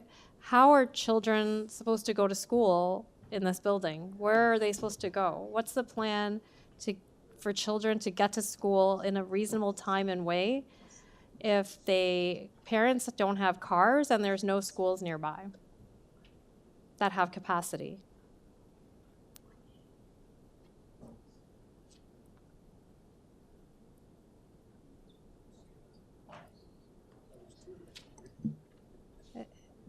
Through the chair, I mean, it was circulated to the school boards for comment. I would leave it up to the individual parent as to how they choose to get their children to and from school. I'm not sure, based on location, whether or not busing is an option here or not. It's going to be incredibly difficult, because they can only turn right onto Bayview, but their schools will likely all be north of the 401. So now they're going to have to do a U-turn somewhere to go back up north if they do drive or Uber their child to school.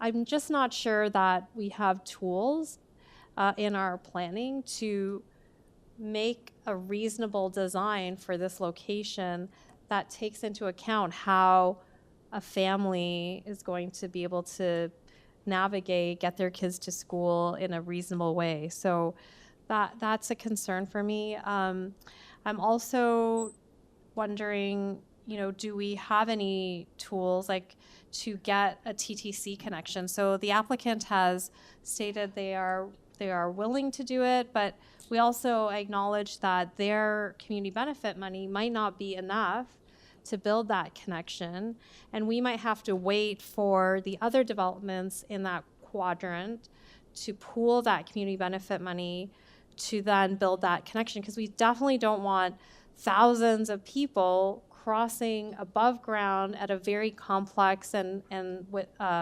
intersection that already has a lot of issues. So do we have tools to pool community benefit money towards building a TTC connection? Is that possible?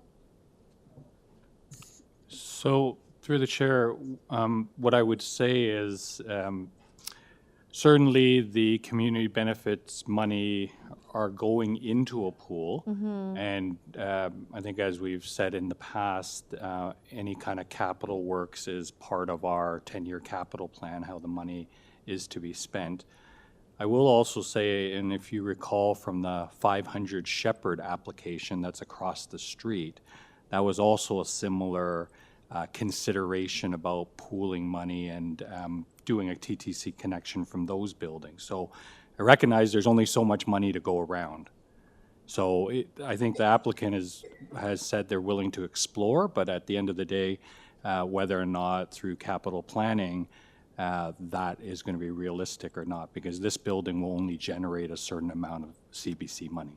And they can't designate it. Is that what I'm hearing? Like, it can't be designated to a specific use.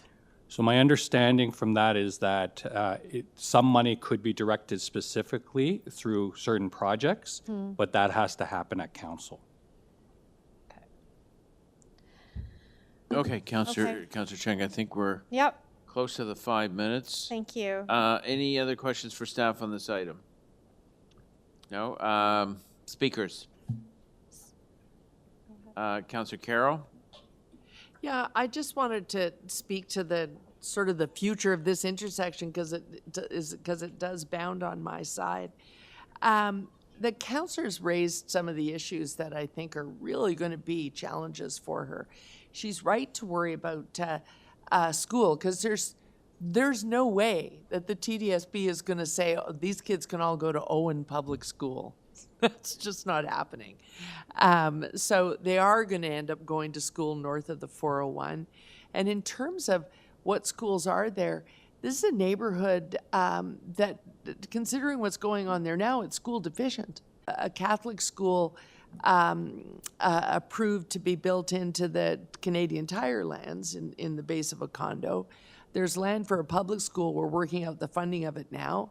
But that is east of here. North, they have to get to Sheppard, and then they have to go east. And so this is going to be a real challenge. And we do have to account for this, because we always ask, and this applicant has complied with our room to grow family units policy. And so people are moving into these places and not leaving when the baby is born. That old construct in the suburbs isn't there anymore. People stay. And so we do have to get these kids to school. And so that's going to be a challenge. I like that there's lay-bys right at the front. We've acknowledged that in quick delivery and quick gig economy types of vehicles, they're just going to pull up front. And so there's lay-by here for them to rest for a minute and pick up or deliver is great. But I really cannot stress this enough. I think we have to look at the bylaw itself. And I feel vindicated making fusses about this, because I flagged it the minute the bylaw was in. I didn't want to vote for this in council when we were asked by the province to approve new parking bylaws, because I knew there was going to be a suburban problem. We just don't have parking alternatives if the building can't provide. And so really, again, here is a building that in this day and age should be tier 2 or tier 3 at least, green building standard, and the development charges credits that would come your way make their way back into having something to spend on parking. And I don't feel guilty pushing for higher tiers because, in fact, that makes your building more marketable. People are starting to ask, how green is this building before they're willing to move into it or buy into it? And so it's just good marketing sense to meet a higher green building standard. And I would just ask them to consider that. And it could even be considered afterwards in site plan. Often we find out after approval in a site plan conversation that the applicant just begged for the lowest standard and didn't realize how easy it is to get to 2 or 3. Putting in that subway entrance raises the tier that you're doing green standard because you're now doing a great job of adding to our green mobility standards. And so there are ways to get there and take the savings and plow them back into making sure there's those visitor spaces we need here.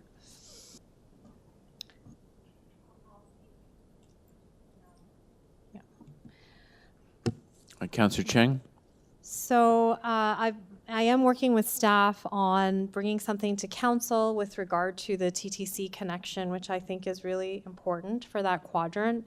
I would like to work with the applicant in this window to discuss potential further visitor parking spaces as well as car share, which is not currently included in the plan. So I'm going to move this without recommendation so that I can work out these details and bring it to council.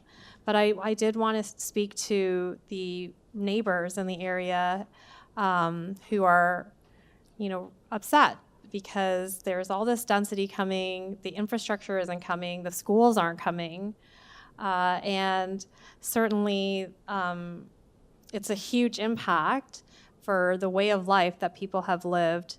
But we are living in a different time with different bylaws that have identified building near subway stations to be a high priority for growth. And so council has very few tools to limit this. And in fact, we are encouraging more density around higher order transit to reduce the reliance on cars. And conceptually, that is something that I think we agree with, but in practice, change is difficult. And when you're used to living in your single detached home without shadows and without neighbors in high rises, the transition is painful and difficult. So we acknowledge that, but also as Councillor Cole and Councillor Pasternak, I've heard Councillor Cole say it many times, we are a creature of the province and we have very few tools because whatever we stop here will not be stopped by the Ontario Land Tribunal. And in fact, it puts us at greater risk that what is passed at OLT really doesn't respect the planning rules that the city has in place. So our staff go to great efforts to do what they think is reasonable and possible. Reasonable in the sense that the applicant will accept it and will not appeal it. So that balance of that impact on the community, but also what will be passed such that everyone can move on without with the least amount of pain. So we acknowledge this difficulty, and if we would like to see different rules, different bylaws, different zoning, these are things that we have to work towards. I think Councillor Carroll and I are committed to revisiting the visitor parking requirements in the suburban neighborhoods because we think that currently what is required or the lack of requirements is really unrealistic and will have very far-reaching negative consequences for our communities. So we can improve things, but we're not going to be able to stop development in our city, especially around higher order transit. Thank you. Thank you, Councillor Cheng. Any other speakers on the item? I just briefly just want to reinforce what Councillor Cheng is saying is that the unprecedented changes made by the province, and they were elected to 2 majority governments on this platform of building unlimited building, especially around subway stations, okay? That's what you voted for. And so they have basically ordered the city and other cities across Ontario, they're going through the same thing. If you're near an LRT, subway line, there's basically no limit to height or density. And what's happening even now is that I've had buildings approved for 30, 40 stories, 50 stories. They're coming back and they're reapplying for 50, 60 stories because the province has said, we want extreme density within 500 meters of a transit station. And I even have, I know the parking thing is a challenging one. I mean, I have one application right now on a 40-foot lot by 130, and they want 50 stories, 0 parking. You know where they are for their approval? They're at the provincial government, Premier Ford's Ontario Land Tribunal. They're like the Vatican. They're like the Kremlin. They decide. What we try to do is we try to work with the applicant as best we can within the Kremlin guidelines. That's what we try to do. Thank you. Thank you, Councillor Cole. Okay, so Councillor Cheng has moved this item without recommendations to City Council. All those in favor? Opposed? That is carried.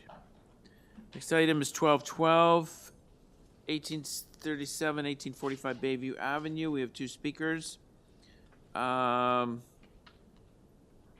Jeff Cattell.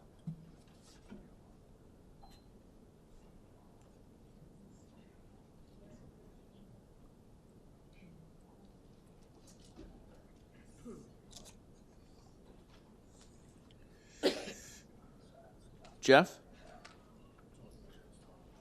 Good morning. Am I being heard? Good morning, Jeff. Thank you for joining us. You have 5 minutes.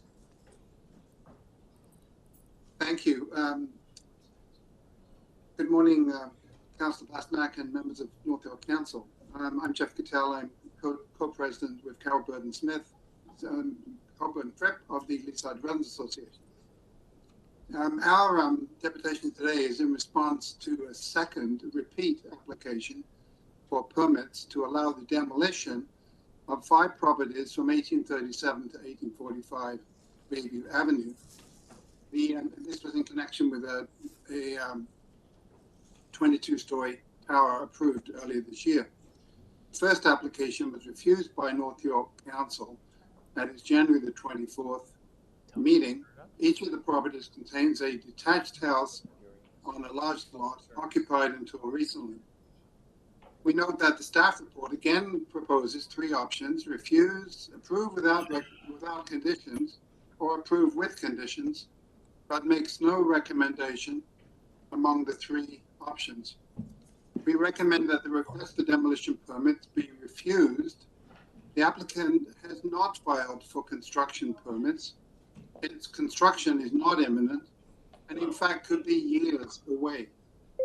We continue to be strongly opposed to the request to demolish, based on 3 main concerns.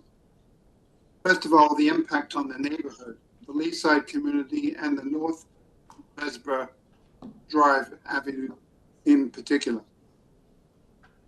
The site is located on North Bayview, a major entrance to Leaside. The community does not wish to have a fenced wasteland at the entrance to their community, and for the neighbors,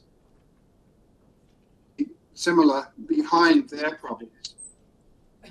The second area of concern is addressing the arguments raised by the owner applicant. First of all, they're saying they claim that they require demolition of the homes to complete the geothermal testing. We refute that claim. The development advice given to us is that 1 or 2 boreholes drilled in the rear yards should be adequate to understand the geotechnical characteristics of the below-grade material. Geothermal boreholes, which typically extend 400 to 600 feet deep and are always well into bedrock. 1 or 2 deep boreholes should provide adequate data. And secondly, in regard to the arguments raised by the applicant, the claim that testing is required at this time. This claim is questionable, as the owner applicant has given no commitment as to a construction schedule for the project. And thirdly, the third area of concern for us is the applicant's threat not to proceed with geothermal design if they can't get a demolition permit. The owner applicant is wrapping themselves in an ESG sustainability flag to try to leverage your approval of the demolition permit. Geothermal is not required to meet Toronto Green standards. The threat that they're laying amounts to blackmail. We expect that the real motive for demolition may be to reduce the ongoing property tax burden. Approval of demolition permits will reduce the taxes payable by the landowner, but not benefit the city or the community. As a more beneficial alternative to immediate demolition, we suggest that consideration might be given to making the 5 homes available for affordable accommodation as an interim use. Our comments are respectfully submitted. Thank you. Thank you. Any questions of the deputant? No? Okay, the next deputation is from Mario Angelucci from Easton's Group and Gupta Group. And thank you. Thank you. Good morning, everybody. Thank you for welcoming us to Community Council today. My name is Mario Angelucci. I represent the Easton's and Gupta Group on this file. I want to sort of give some background and history. As the previous deputant pointed out, this is our second attempt to secure demolition permits for these 5 properties. So a little bit of history. When we acquired this assembly of 5 properties, 4 of the existing single-family dwellings were vacant, and they are still vacant. There's only 1 currently that is occupied. We have gone through the development review process for this particular application. We have a a bylaw in full force and effect. We also have obtained site plan approval for this project, and we have been issued our notice of approval conditions. So we're well advanced, excuse me, in the development approval process. In fact, we're through the development approval process. We are now advancing our working drawings on the site, and we are preparing those drawings, including shoring, excavation, underground, and the building itself. Part of our consideration right now is using geothermal energy for heating and cooling. The property in question is not required to be done through geothermal, but we are looking at that as a excuse me, as an alternative for this site. In order to ensure the viability of geothermal, we do need to do investigations on the site. As pointed out by the previous deputant, there are about 2 test holes that would need to be drilled. Our geothermal contractor has advised that in order to be able to advance those holes on this site, they need a clear site. So that's why we are seeking the demolition of the 5 houses. Further to that, excuse me, further to that, once we determine that the geothermal is feasible, we will proceed to install approximately 40 to 50 wells for the future geothermal system. In order to ensure the viability of geothermal, we need to ensure that our working drawings incorporate all the necessary infrastructure for geothermal. Excuse me again. Sorry, that means ensuring that we have adequate electrical and service space for the geothermal equipment that's going to be installed. And that will mean ensuring that our below grade meets the requirements for the future geothermal systems that are being installed. That will mean that we need to know exactly how large our mechanical, electrical rooms are going to be in the basement or the below-grade structure, and that has an impact on our parking and how it's located and how it's configured. It's not, as pointed out here, a threat in terms of the geothermal. There is a risk to our project timelines if we are unable to advance the wells and the investigation needed for geothermal. So if we cannot advance and we have to wait until we acquire our first building permits, which are the excavation and shoring permits, we will simply proceed with a working drawing design that does not include geothermal. Just to point out, the city's climate action plan does support and encourage developments to consider geothermal energy wherever possible. However, in order to do so, there is advanced work that needs to be done. We are not at an early stage of development here. We are well advanced with our site plan approval for the site and preparing to go to working drawings. If we cannot proceed with the investigations and we cannot proceed with installing the wells needed for the geothermal system, we will simply go to conventional heating and cooling. Is that your deputation? Pretty much. Great. Questions of the deputant, Councillor Carroll. Well, I think you got there in the end. I think these questions are actually by way of review. So I heard you say in the beginning part, you already have received your NOAC. It's in here as of January. That's correct. So is the issue next step building permit, except that you can't complete the drawings until you know for sure that you can do the geothermal? Right. In terms of the geothermal, there is investigations, but as well as that, when you install a geothermal system, your mechanical systems change. Your requirements, for example, in your below grade change. So we'll have to install larger electrical and mechanical rooms in our below grade. Through our zoning bylaw, we've already, there's a lot of discussion here about parking. We have 15 visitor parking spots for our site. We have 4 lay-by and drop-offs. We are going to continue to maintain those, and we have residential parking. But in order then to properly design that, we need to know where those systems are going. Right. I remember the what's entailed there, because just north of here, I would assume similar soil, but you just never know. With that, there's a gas station across the street. On the Canadian Film Centre, they got a grant to do a geothermal system there, and it actually improved on it. Allowed them to pull out a lot of hardware and such and create space by going geothermal. So it does make a significant change. You do need to answer this question fully one way or the other. We need to know, in order to proceed with our working drawings, whether we are advancing with the geothermal design or not, because it does have a significant impact, particularly below grade with our mechanical and electrical rooms. And your plan is, does your financial pro forma work currently? If you're doing this geothermal, you do intend to build sooner rather than later? Well, it's not so matter in terms of the pro forma. The numbers work either way in terms of whether we go conventional heating or cooling or geothermal. One of the big things with geothermal is we're going to have to show prospective purchasers of condos that the cost of geothermal is equivalent to or less than conventional heating and cooling. That's going to be a big thing. In terms of, so we have to demonstrate that the geothermal is actually as effective, or in terms of running and cost, as conventional heating and cooling.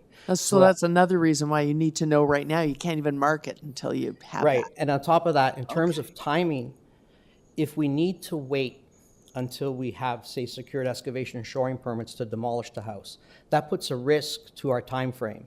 It extends our time frame for construction because we have to wait, and it increases our costs. And that's an unacceptable risk to us as a developer. So we want to be able to proceed, demolish, do the testing, if it confirms it, and then install the wells. And the other point I'm talking about here is we're well advanced in the planning approval stage. We're not at the beginning of the stage, we're at the end.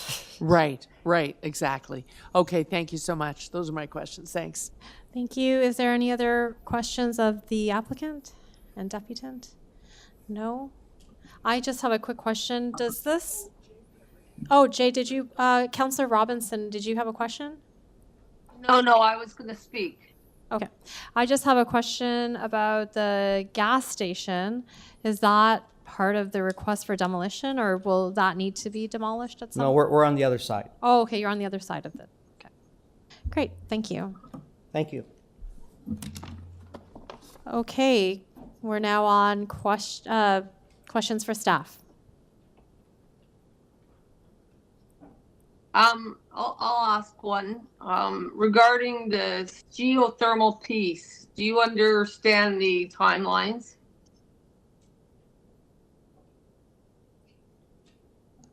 So, through the chair, Councillor Robinson, I'm not sure I can actually answer that question. I'm not a geothermal expert, but I would concur with what the last deputant said in terms of the planning approvals that have been all provided and that they're working their way through preparing all the plans and drawings for their building permit submission. So we're talking about, you know, probably imminent submission of those various documents. Okay, and so what stage are they? They're just trying to work towards the building permit? Yes, because I think as the deputant said, the zoning bylaw has been approved by the OLT. The site plan application's been, the NOAC's been signed off on. So those two items have moved forward already. Okay, and what is the process at City Hall? Is it basically you don't get demolition permit until you have the building permit? Is that correct? I'll turn that over to my colleague from Toronto Building. Through the chair, Alex Schimmel here from Toronto Buildings. That is correct. Article 363 of the Municipal Code does not give the chief building official to issue any demolition permits that includes a dwelling unit unless there is a replacement building that has been applied for and is ready for issuance. Thank you. Those are all my questions.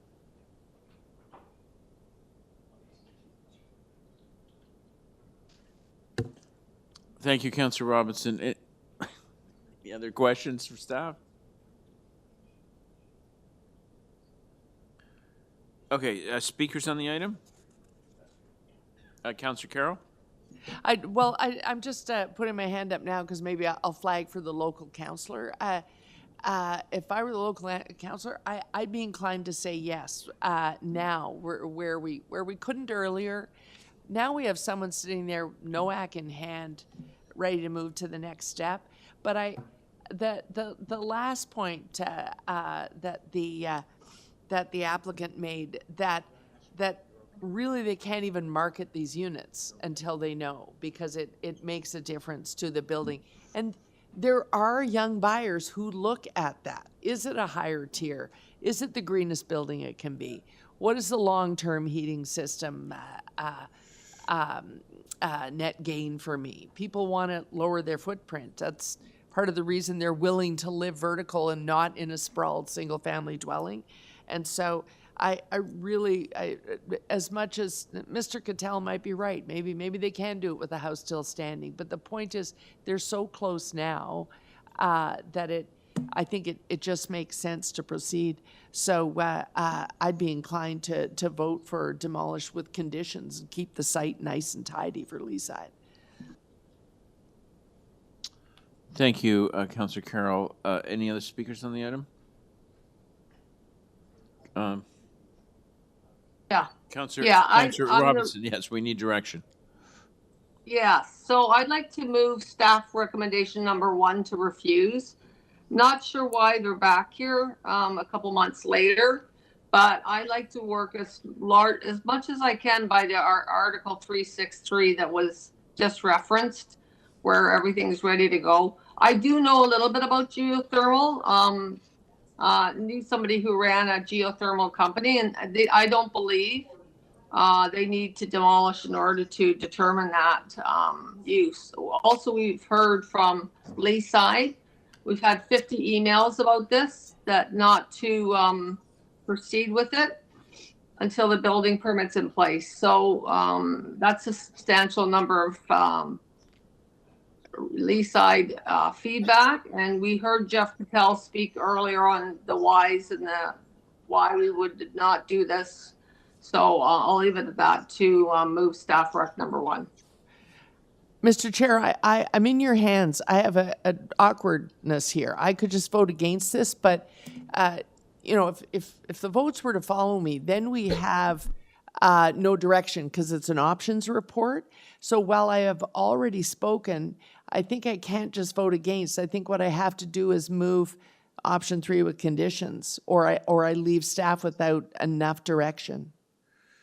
So, yeah, it would be my understanding that we take the refusal motion first. If that carries, then your motion is redundant.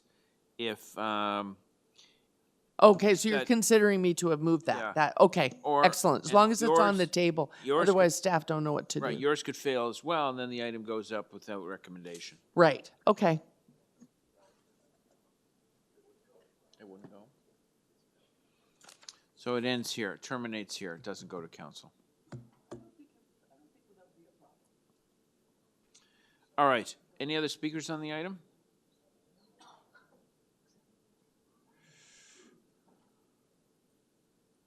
Okay.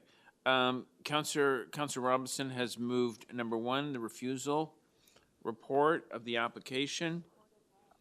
Court of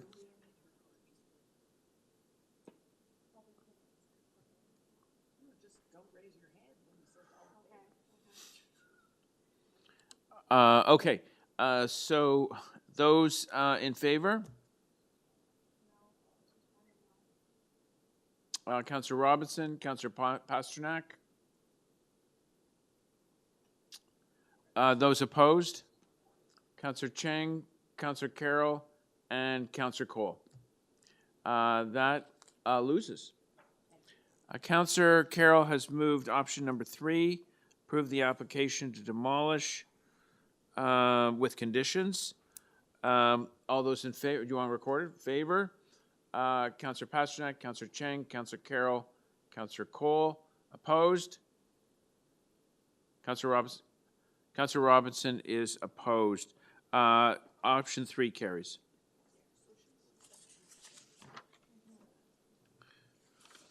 Okay, we're on to item 14, Bathurst Manor Neighborhood Mobility Plan. I have 3 speakers listed. Zev Kaufman.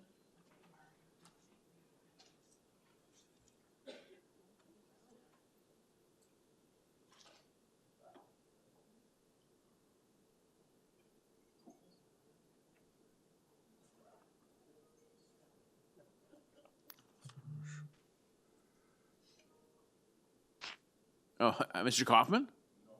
Oh, I thought you were coming down to give us a big speech. He's online. Okay. Mr. Kaufman, can you hear us?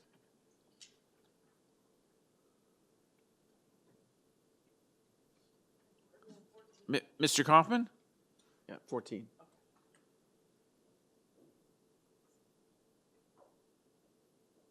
He's there?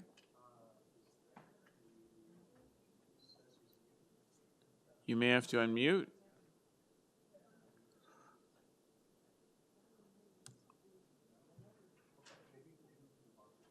All right. Mr. Kaufman, hopefully we can address your technical issues. Sam Jundler. Okay, Mr. Jundler, thank you for joining us. You have 5 minutes.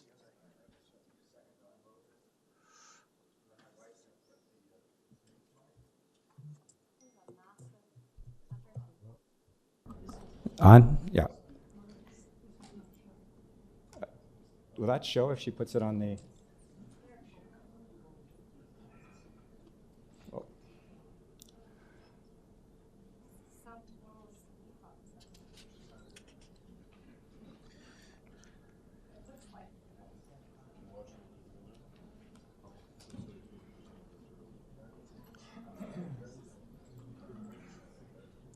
Yeah, I love my speed bumps.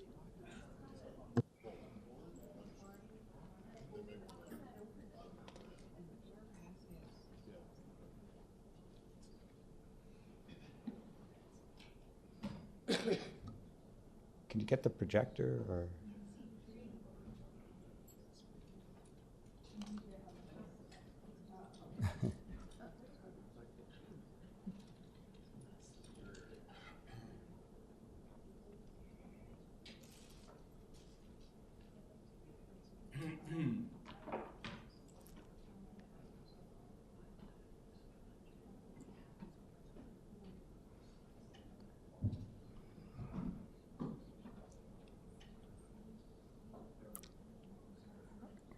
Okay. Sam, Yeah, we're thank- good? Yep, Okay, good. thanks very much. Okay, so thank you for having me here. I'm a biomedical engineer, and I'm going to be talking about the possible implementation of 61 speed bumps in our area, and where a lot of the residents are opposed to this. So I think the important, due to other safety issues other than speed. So the important issue to consideration is the council voting on, or should it be, is there a public safety benefit to speed bumps in a residential area? So I stress that it's in a residential area, and I stress that other public safety factors have to be taken into account, and that we should also just consider mid-block accidents, not when people smash their cars into other cars at intersections. And I found this really great paper on the internet done by who I think now is, or was at one point, the fire chief of Austin, Texas, and he did a well-balanced report on traffic calming programs and the emergency response, like a competition between public goods. In other words, you have benefits. In other words, you have people that are due to emotional reasons, and some questionable statistics want bumps, and then other things related to, does it affect our emergency services? So anyway, first I'd like to state that in 1972, my father was struck and seriously injured by a car when he was crossing legally at an intersection, and I know the negative effects that of people making accidents have on his life, his remaining life. But I find that the main thrust of the city's idea is that at 30 kilometers an hour, this strikes a reasonable balance with survivability and keeps the city moving. If speed is the only criteria, then this is 100% correct. My aim here is to show that more factors have to be taken into account as lives are at stake. Background. Do most want it? Faulty sampling of the fall survey we did in our area, based on conversations with neighbors and randomly asking people, the vast majority of the manor residents have no idea of the plan for 60 more humps. The response I get is often $244,000. That should be spent on more important things such as the unhoused. The survey of last fall only captured a small sampling of the opinions. Many did not receive the survey or tossed it in the junk mail or did not respond as they felt the fix is in. And so here's just a little from one of my neighbors. Thanks for the updates on the manor. I suspect it's a done deal. Ugh. The city will find something else to waste our money on anyway. I am a cynic. So let's get started with the benefit analysis. I did a few interviews of frontline emergency workers, research on the internet, and some of my own calculations, being an engineer, of course. I also interviewed someone with a bad back. They stated that a few humps in a row will cause them discomfort and pain. I found that, and then this is just about this 276-page research paper. The paper covers so many interesting points and clearly concludes that you cannot look at speed alone when it comes to proper public safety policy. Simply put, there is more danger out there than just your neighbor's car. Human nature. Too often people perceive a problem exists when there actually one does not exist. It is 100% true that some people speed, and this is a problem. However, is it a problem that actually results in death or serious injury on our residential streets? This should not be confused with injuries that result at intersections. One of my neighbors, who was actually hit by a car while walking, is still opposed to these speed bumps, and it was at an intersection, as I mentioned earlier. And to quote this paper that I mentioned a few times already, so based on a quantitative process, this analysis showed that Austin, meaning Texas, would lose an additional 37 lives per year with patients of sudden cardiac arrest if fire and EMS departments experienced a 30-second delay in response times due to traffic calming. The analysis also included that at best only one pedestrian life could be saved each year from traffic calming, as pedestrian fatalities rarely occur within residential neighborhoods. A risk-benefit analysis also demonstrated that traffic calming devices have more of a negative impact than a positive impact on the community. Okay? The comment is a very strong statement that contradicts what we have been told at the Bathurst Manor Town Hall meeting in 2023. Namely, our emergency service and management claim there is no problem with slowing down our EMS or fire services. My interviews with frontline workers, like I actually went out and did some footwork here, go against our EMS and fire management policy. So the quote of the day, I just got this one late last week. Just a reminder, you're a little over 5 minutes. Already? Yeah, I know. Oh, my God. But people's lives are at stake here. We're not just Yes, joking, no, you know? No, it is an important issue. Yeah, but just listen to the quote of the day. This is from a firefighter.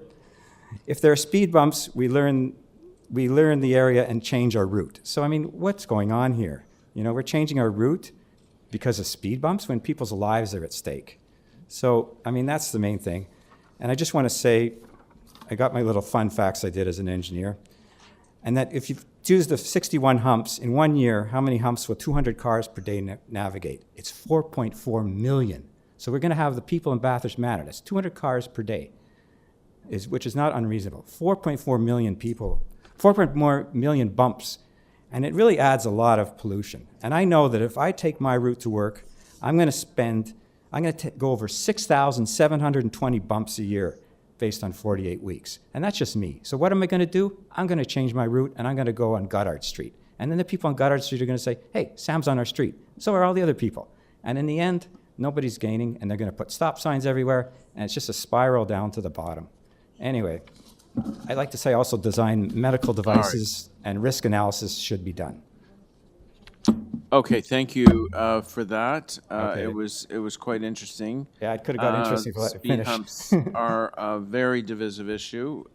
Getting over 50% support is always a challenge, but people do support them, and the only reason they're before us is people want them. Yeah, but I don't think you got a proper sampling because I can't find anybody. I shouldn't say can't find anybody, but I interview. I'm known in the neighborhood as the guy that talks to everybody, and people. I can't find anybody who really is in favor of this because the survey was flawed.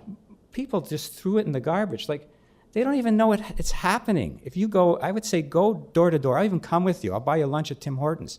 Let's go door to door and knock on a few doors and find out how many people actually want them. Like Zev Kaufman's going to speak in a few minutes. I saw his picture up there. He lives on one of those streets. I don't even live on that street. And he hates them. And I'm sure there's a lot of other people who have the same opinion. And like I said, as an engineer, we look at the whole analysis. You never just look at one aspect. If you read this paper from this fire chief, it's a lot of emotion in here. It's not based on the facts that people will actually die because of these. It's not you're going to improve people's safety. You're actually killing people potentially. The only way is to get a time machine and do it both ways. You do it with speed bumps, you do it without speed bumps. But you know it's impossible. So you have to look at statistics and proper engineering results. We used to be respected as engineers, but now it's just like the emotion of the people, which I understand is important. But you're reducing the quality of life of other people in a big way. It's 4.4 million bumps and the pollution. We're going clean and green. Okay, I got that part.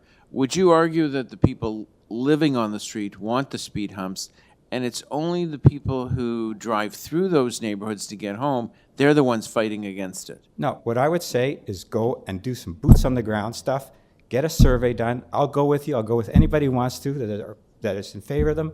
And let's take a proper polling, not just some survey that most people actually tossed in the garbage. And people from in the neighborhood. So I drive the route, and in the morning there's hardly any cars on these routes. All right, the only if thing I they're see so dead on the road is a passionate- squirrel. I don't Counselor, is there a understand. question There's- in there? Are we asking questions of the deputy? no, I thank just you. had to ask Thank because you. I haven't Thank heard you, one yet. Councillor Carroll. So if they're so passionate on one side of the issue, right, or not, for or against, why are they throwing it into the garbage? Why wouldn't they respond? Because they didn't even know that, they didn't even see it. It's this fact that people don't, you got so much stuff in the mail, they literally don't even know it's happening. Even this vote today for 61 bumps, people don't know. I go to my neighbors, you can see that cell phone thing. They don't even know it's happening. And then Sunday they're going to wake up and the construction crews are going to be there, and they're going to be mad.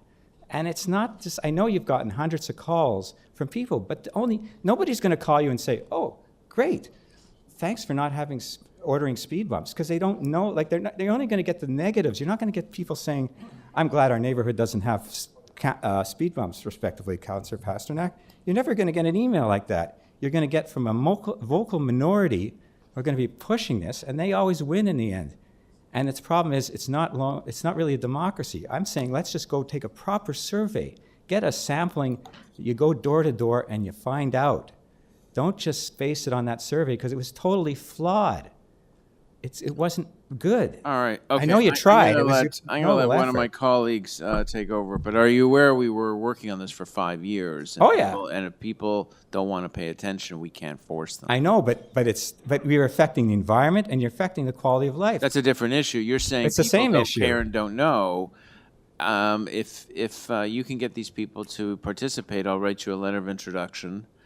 We can't force people to be involved. I know, but you can, Is that a you can question, keep our Mr. quality Chair? of I life. have though. to ask, because we do All have a right, I'm list of gonna- deputants. They have to be questions. Okay, thank you, Councillor Carroll. Okay, Councillor Cheng has questions for you. Sure. So are you against all 61 or 63 speed bumps? Is it like all of them? None of them make sense? Or is there a thought that perhaps there could be a whittling down to a handful? Well, I think, okay, if you want to, okay, I mean, in general, I would be opposed. But if you want to, I'm always willing to compromise because there's two sides to every story. You never should say, I know everything, I'm the best, I'm the smartest, I'm whatever. So yeah, if you want to create the siege mentality, I would say put a few on the perimeters of Bathurst Manor to cut through traffic. But putting one in the middle of nowhere, there's just dead squirrels on the road. There's no dead people. On Hove, there's a sidewalk. The cars just don't drive on the sidewalk. And there are accidents, but they're at intersections. The only accident I've seen so far is when a person drove their car up the ramp of a delivery truck. I mean, they literally didn't even see the truck. Just to summarize your answer, you're open to the possibility of retaining some of the proposed sites, and it's not delete all of them. No, I mean, if I had my choice, I'd delete them all, but I realize you have to have compromise in any democracy, and we need a democracy here. So if there was a better report where proper risk analysis, like you can't just look at people's emotion, you have to take a risk analysis because that's good just principles. I keep saying engineering principles, but it's good principles. You have to preserve life. And emotion is one thing that helps you live longer. Thank you. Great, thank you, Councillor Cheng, and I believe we will find a compromise by the end of this item. Anyone else to question the deputant? No? Okay. Thank you very much. Thank Next you. Speaker, Michael Silver. I'm Michael Silver. I've lived at 42 Blue Forest Drive for 35 years. Today happens to be my 70th birthday, so you... Oh, Thank you. Happy birthday. So you can appreciate just how much I despise these speed bumps. And Sam's not speaking for me when he says some speed bumps are okay. I noticed, I overheard Councillor Burnside's comment when this first came up, and he said 600 speed bumps? Well, the truth of the matter is there might as well be 600 speed bumps because you're changing the whole character of the neighborhood. And you're doing it based on very flawed survey analysis. There were 357 responses. 52% were in favor or did not oppose or actually did not voice an opinion one way or the other. And my question to staff is, if you take the, so that's 85 people that you're basing your decision on, when there are 15,000 people at least in Bathurst Manor. So you have at most 85 people determining this very serious issue. My question to staff is, how many of the 85 who you say are part of the 52% majority are actually in favor of those speed bumps? Because if you include those in the 42 or 44% who are opposed, I think that the majority probably goes the other way.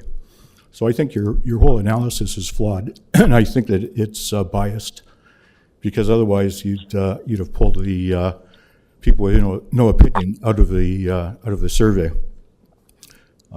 Secondly, you've not taken into consideration the opposition to this of the fire department, which my next door neighbor has so articulately talked about.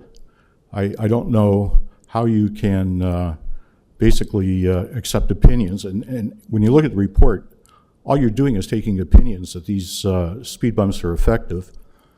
If in fact speed bumps were effective at reducing all speed, then there'd be speed bumps along the 401 so that the speed limit would be held to 100 kilometers an hour.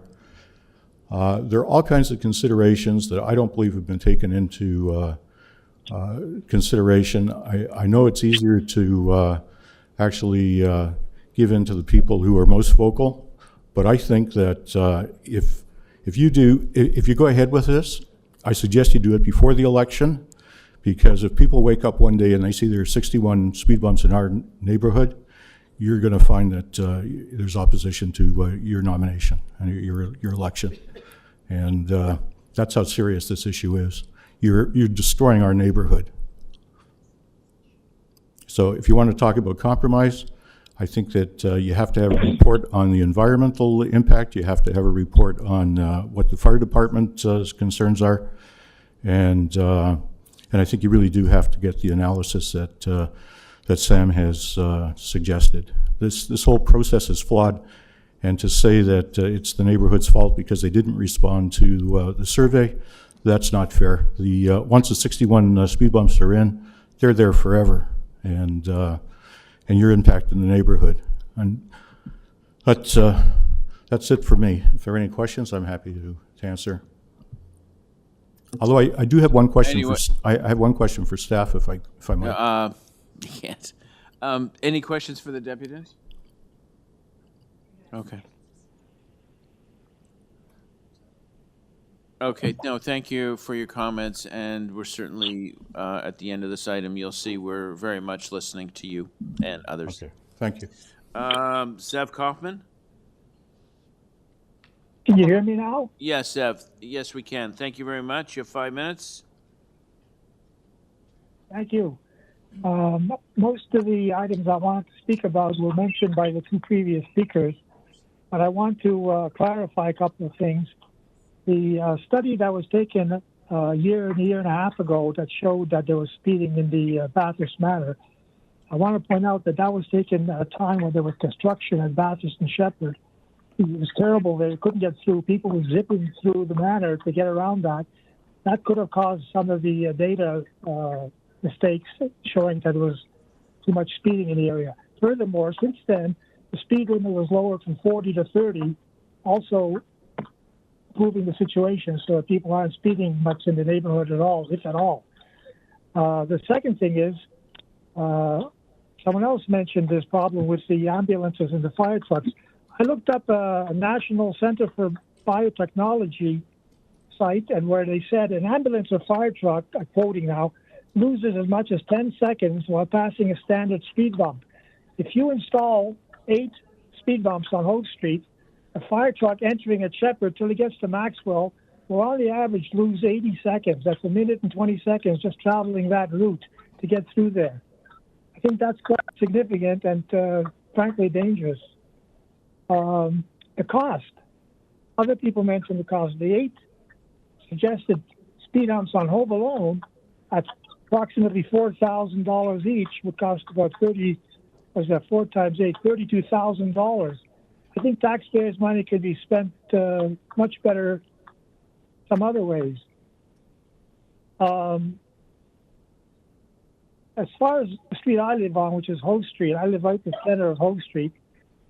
I recommend that if you're really in for speed bumps, you only need 2 speed bumps along Hope Street. I don't know what's going on in other streets, but for Hope Street, I can tell you right now, it's approximately 1 kilometer from Sheppard to Maxwell along Hope Street. There's a stop sign at Cotswell if you're going north. Put 1 speed bump halfway between Sheppard and Cotswell to slow down anyone who's speeding between that area. The other third is the middle third is from Cotswell over to Bitterroot. There's already a stop sign at Searle Avenue, which is approximately halfway. A stop sign, it works better than a speed bump for slowing traffic, so you really don't need anything on that stretch. From Bitterroot to Maxwell going west, that's approximately 1/3 of the last third of the area. If you want to put 1 in halfway in the middle, that would be reasonable. But putting in 8 of them is just a total waste of money and a nuisance, and is very intrusive. So basically, that's what I'm suggesting. If you really want to have some speed bumps, for whatever reason the council feels that something should be done, put in 2 speed bumps. 1 halfway between Sheppard and Cotswell, and 1 halfway between Bitterroot and Maxwell. And I think my neighbors could live with that. I spoke to most of them here, by the way, and frankly, there's very few people who want speed bumps at all. And that brings up another point. The survey that was done earlier, last year, about who wants speed bumps and who doesn't want speed bumps, if I remember correctly, they said 49% of the people did not want speed bumps, and 51% of the people who answered were either neutral, in other words, they had no opinion on the subject, or didn't want speed bumps. Well, if 49% were neutral or didn't care about it, and some of them wanted speed bumps, I wonder why they didn't split that into the actual figures for that. I think the reason for that is because the figures that people wanted speed bumps were so low, it was embarrassing. It didn't support their opinion. So therefore, they lumped it together. I mean, I think if they would have separated, you would have seen that at least 75% of the people in the area don't want the speed bumps. So that's about it. Like I said, put in 2 speed bumps maximum, one at one end and one at the other. Thank you for your time. Thank you. Thank you very much, Zev. When you say speed bumps, it's not 2. That's on Maxwell? No, this is all along Hove, coming from Sheppard. If you're coming north on Sheppard, going north towards Cotswold, put one in halfway between Sheppard and Cotswold. From Cotswold to Bitterroot, you don't need anything because there's already a stop sign halfway there at Searle. Stop sign stops traffic better than speed bumps. When you get to Bitterroot, you turn west. Hove curves west. From Bitterroot to Maxwell, you need one in the middle there, halfway. That's all you need there if you need speed bumps at all. Okay, thank you. Clear? Any other questions for the deputant? Okay. Thank you very much, Zev. We're going to take your comments under advisement. Thank you. That concludes the deputations on the item. Questions for staff? Councillor Carroll? Thank you. Mindful of the time, I tried to get some of them asked offline. The main one is, I mean, here's a lot, but this is a mobility plan, which means that while we're proposing authorizing all of these, they don't all go in at the same time, do they? We don't have the budget for that. Through the chair, we look at the prioritization score to determine when to install speed humps. So that's all in the report about how we prioritize them through budget availability as well. Right. So you would coordinate capital. If a water project went through a street, then you'd put the speed humps in when you went back to resurface, that sort of thing. Typically, speed humps are installed without bundling through other roadwork. However, we do look at that prioritization score to install the ones that are highest priority first and then the others after that. Okay. And now, even the gentleman who is not a fan of speed humps, not unlike fire services, there's a letter in here from fire services. They're not crazy about them. Or emergency services, because they, if they have to go over a speed bump at a high speed, you can sever someone's windpipe if you're trying to deal with their breathing issues. So we know all that stuff, and he highlighted it. But he did also mention accidents in the neighborhood. How many sidewalks are there in this neighborhood? Do all these streets have sidewalks on both sides of the street? No, not every street has sidewalks on both sides of the street. Do some of them have no sidewalks on the street? The majority of streets of local roads in Bathurst Manor have no sidewalks on either side of the street. Mr. Chair, maybe you could let the gentleman know that we're doing questions of staff now. We're not taking answers from residents. Thank you. Yeah. That's okay. You've had your chance. It's someone else's turn. Yeah. Unfortunately, those are the rules. Okay. So if we were to say yes to this plan, where do we stand vis-a-vis sidewalks? Once we put in these speed humps, what happens with sidewalks? Yeah, through the chair. So the Missing Sidewalk program is a program that looks to install sidewalks on at least one side of all local roads. And so sidewalk installation is still an important part of our road safety plan to provide infrastructure for pedestrians. And so that would still be pursued through road reconstruction and roadwork opportunities. That is something that does take more time. And once you lower the speeds of these streets and you put in speed humps and make pedestrian friendly street at 30 kilometers an hour, because it lowers the speed limit on all these streets to 30 kilometers an hour. You have delegated authority to put in the sidewalks, don't you? For local roads, yes. So we take that option away from the residents. We could put in all these speed humps. We then have delegated authority to disrupt the front yards and put in sidewalks as well, because we now have a pedestrian-friendly 30-kilometer neighborhood. So that's maybe something that should be made known to the community. Through the chair, the sidewalk installation does take more time, so there is no Yeah. timeline for installing sidewalks on streets where sidewalks are missing. So this would be something that could be done in the near term to help reduce speeds and to make it a safer environment for all road users. Okay, those are my questions for now. Thank you. Great, thank you, Councillor Carroll. Sorry, I need a motion to extend. We're gonna, I think the consensus is to work through lunch. All those in favor? Opposed? That carried. We'll continue on through lunch. Councillor Burnside, questions for staff? Yeah, thank you. So, on average, what would the impact of speed bumps be in terms of speed? Because I know when you reduce speed limits from 40 to 30, you get about a 2 kilometer, is that correct? 2 to 3 kilometer speed reduction? So Negligible on that. Through the chair, all of the speed limits in Bathurst Manor have been reduced from 40 to 30. And so the goal of speed humps is to encourage consistent 30-kilometer-an-hour compliance along the whole corridor. Right, yeah, and respectfully, through the chair, I don't think you answered my question. My question is, what, if from your studies and your knowledge or whatever that might be for the transportation departments, what speed reductions does one normally find with speed bumps? So prior cars are going a certain speed. After, what are they going? So what's that? Because we know if you just change the limit, it's about 2 kilometers impact per 10. Right. So through the chair, we know that right now speeds are around 11 kilometers. The 85th percentile speeds are around 11 kilometers or more over the speed limit. And the goal of speed humps is to reduce it from around 40 to 48 kilometers an hour, which we're seeing now, to the regulatory speed limit of 30 kilometers an hour.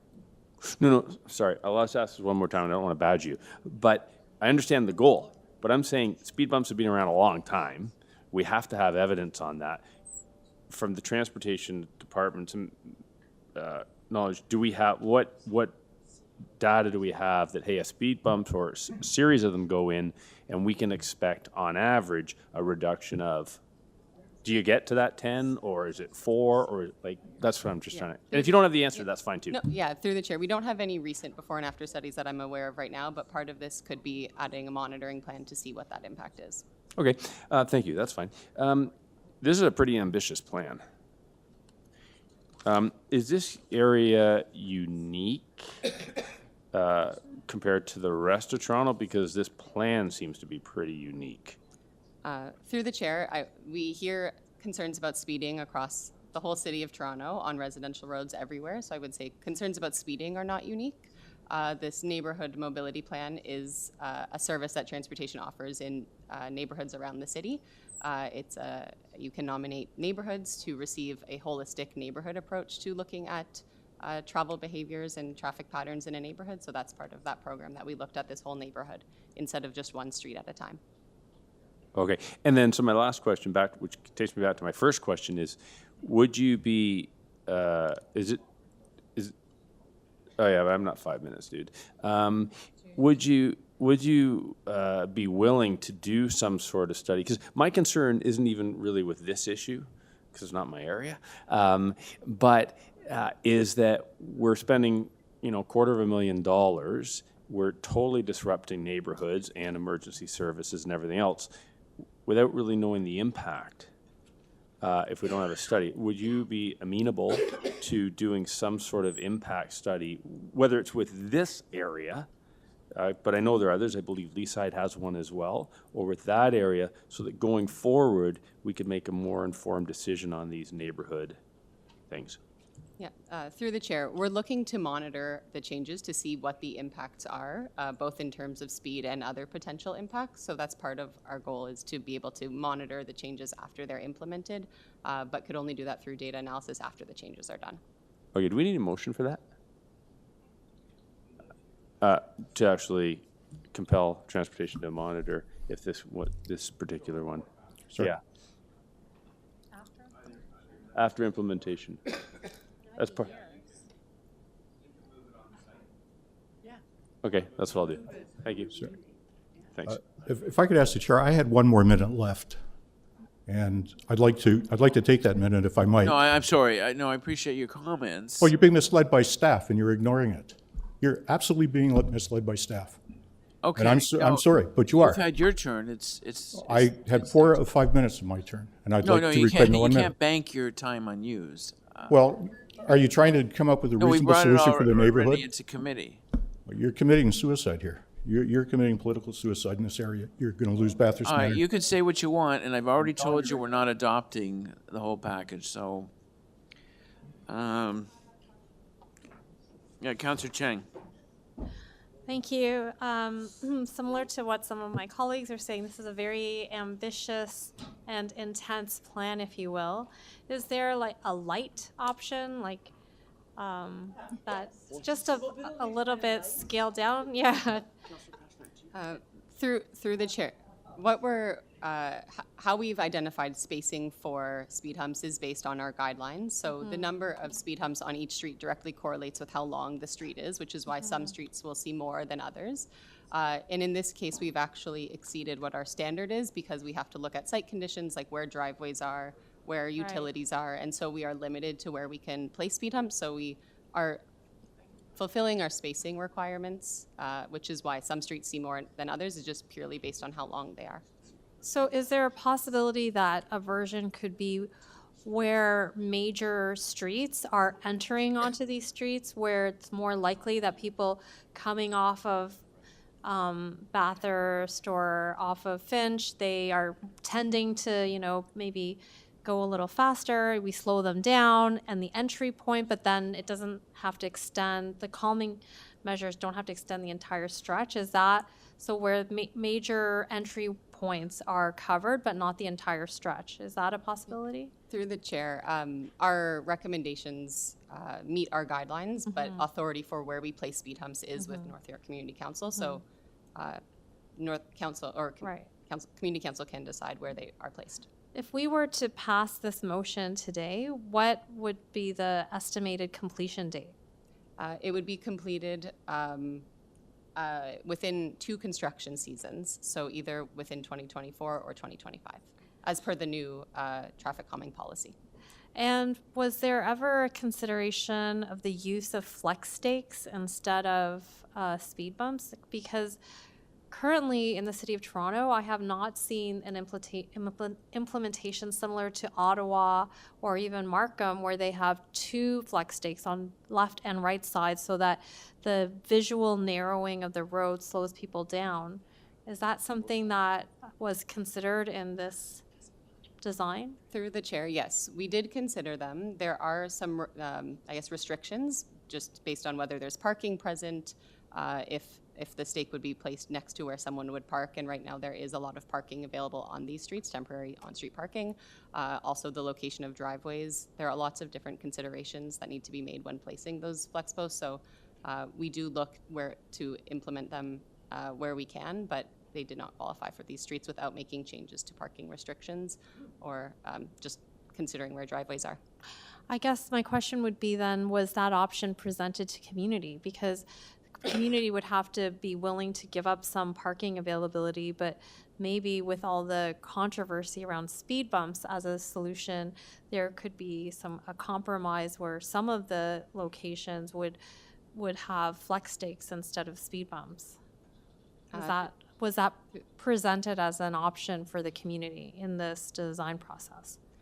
Through the chair, we did present flex posts as an option of the types of traffic calming that we use in the city, not specifically for every single one of these streets, because we looked at some of the site considerations, but did mention and include in our survey questions about whether people supported flex posts as well. Okay, thank you. Thank you, Councillor Chang. I have a few questions for staff. When did the Bathurst Manor Mobility Plan launch? When did we start delving into this issue? Through the chair, the North York Community Council requested Transportation Services to study this area originally in 2019. The launch of the plan was delayed because of COVID-19, and the plan started in 2021. So we picked Bathurst Manor because, why Bathurst Manor? I mean, We heard from the local councillor and through the community that the community was concerned about high levels of motor vehicle speeds, motor vehicle volumes, and overall road safety within the neighborhood. And Community Council asked Transportation Services to look at the neighborhood holistically because residents were noting that these concerns were across the neighborhood, not just at one particular intersection or one particular street. now your recommendation is for, I think, 61. I don't think I added these all up, but 63, there's a bit of a dispute over how many are here. But staff don't have a problem if we adopt some of it and review others at a later time? Through the chair, council or Community Council has authority over where to approve or amend the location of speed humps. Now, when it comes to emergency vehicles, and you may not be able to answer this, I understand that their response actions are quite different in neighborhood streets than arterial roads. In other words, they would not be racing down residential streets in the same way they would a major arterial road. I don't know whether you can kind of address that.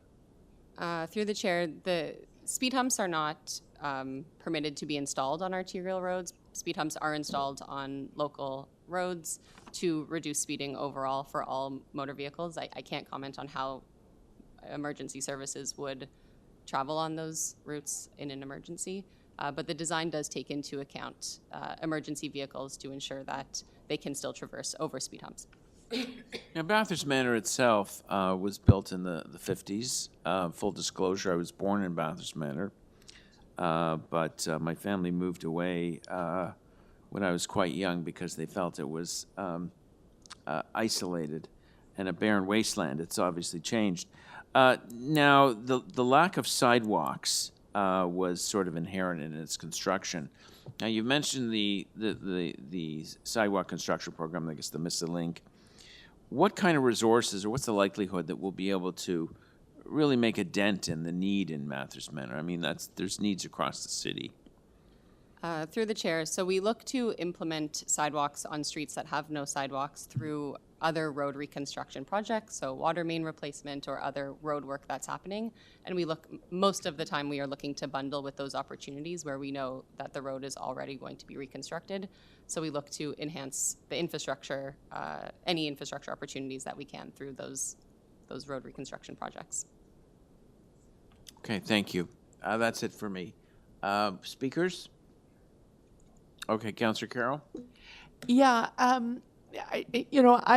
really feel the frustration of the residents that came to visit us today, because there is a frustration.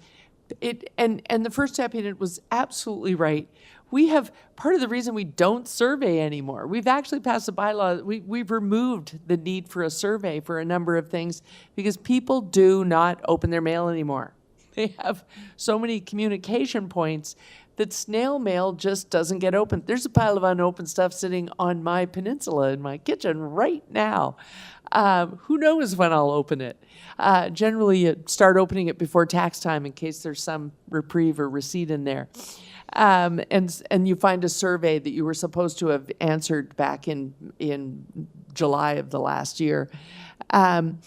And so it has become problematic anyway. But what we're seeing before us is be careful what you wish for. I asked staff about this online. We simply, as important as Vision Zero is in terms of making our streets safer, we do now work with a set of warrants where you're much more likely to get a yes when you ask for a street to be evaluated for speed humps. That doesn't necessarily mean you want to do it. This is an area that was evaluated, and they all met the warrants because they are relaxed warrants. It's easier to meet that guideline. But it really is important that we look at whether or not responsibly we want to follow it.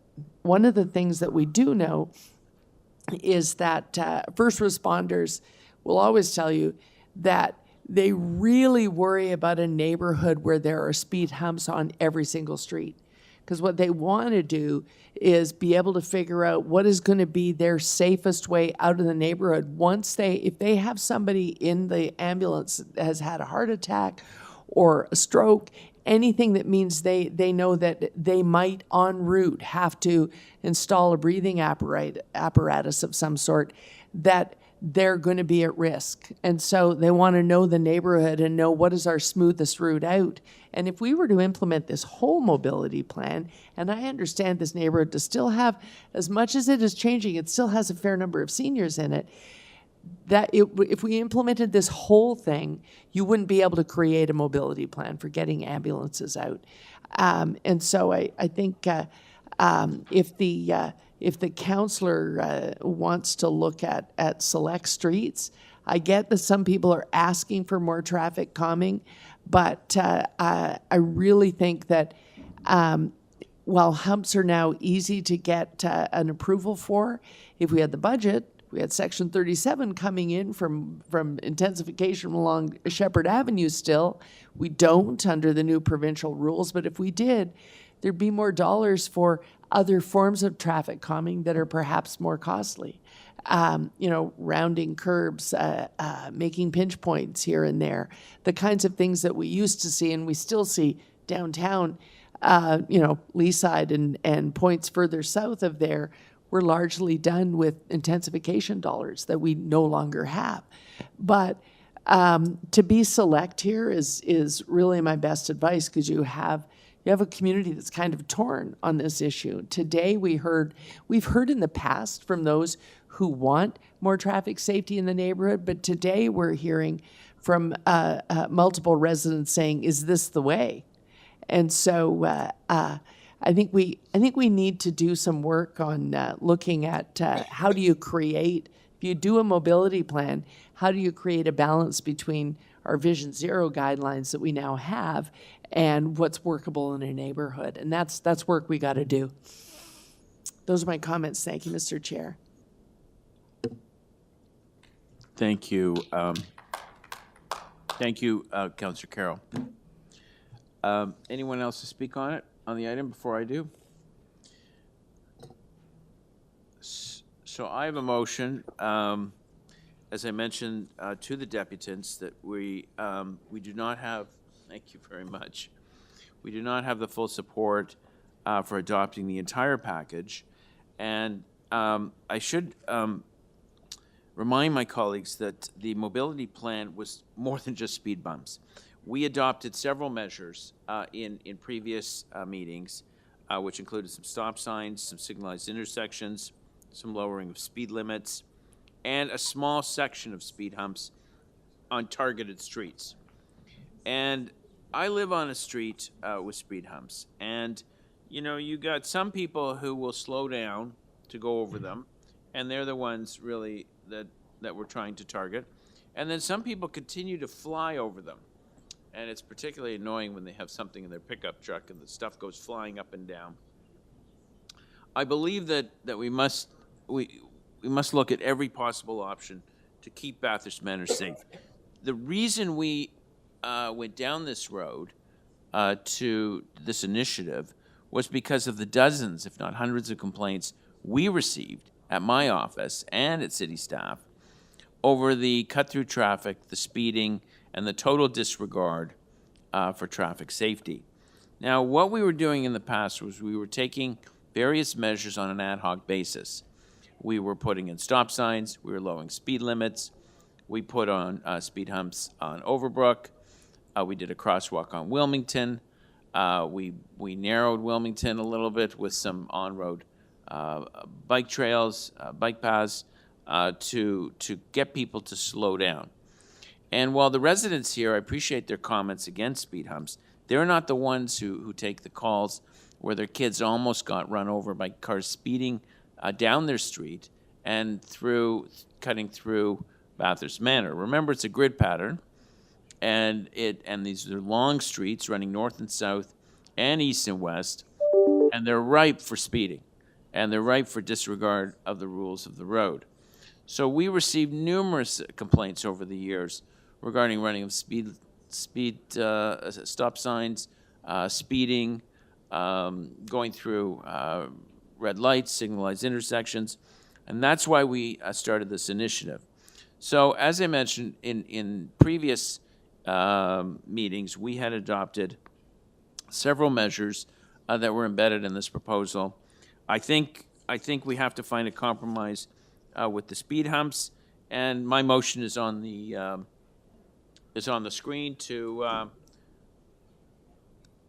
approve 10 of them. And I would ask my colleagues to take a look at that, and then we can put it to a vote. But the bottom line is that when you have safe streets, you have good, strong neighborhoods. And by doing this, we are sending a signal to those who support speed humps. And I realize the deputants today are against them, and it's good to hear your view. And there are compelling arguments against them. But we get the calls for people who want them. And we have to listen to them too. They also have a voice in the safety of their neighborhoods. And we have to find a balance here. So I've identified about 10 more speed humps that we think should be in the neighborhood, that are in strategic locations. I'm going to defer the rest of the staff report one more time, and then in between, we're going to look at other options in those areas where we're not putting in speed humps. So I'll put the motion. Oh, sure. Not challenging you or anything. I'm just wondering, with your proposed locations, will they be synchronized with the Steep Rock Bathurst Manor cycling connection plan? Because it looks like there's bike lane installation happening. So will there be some coordination across what this is implementing and what that project is implementing? I don't see how these would negatively impede our cycling plans. Oh, no, just that they don't have to be just so that we don't just, depending on the timelines, we don't dismantle one part of, like they do the whole street, but then now they have to remove parts of the speed bumps because now bike lanes are coming. Like, there has to be coordination between the bike lane installation and the speed bump installation, because it looks like I see Codsell as one of the streets here. So just want to make sure that You know what, there's Well, certain yeah. things we have to leave to staff to Yeah. delegate,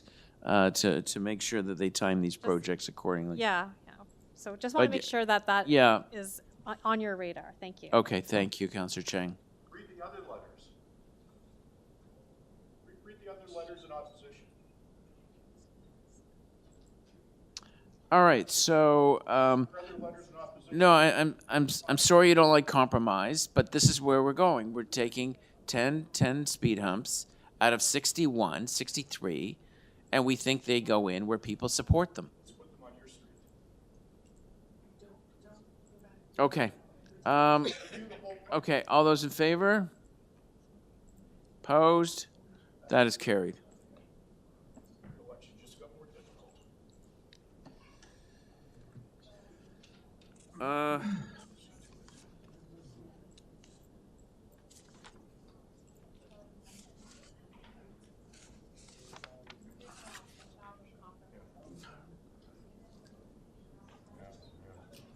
Okay,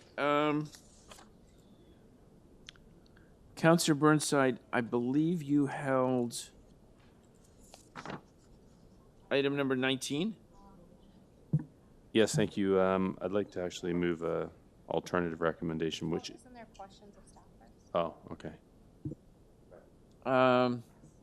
Question, there's no deputants on this. Questions of staff? Yes, Councillor Cheng? I have a question. What is the reason or rationale for not authorizing an all-way compulsory stop here?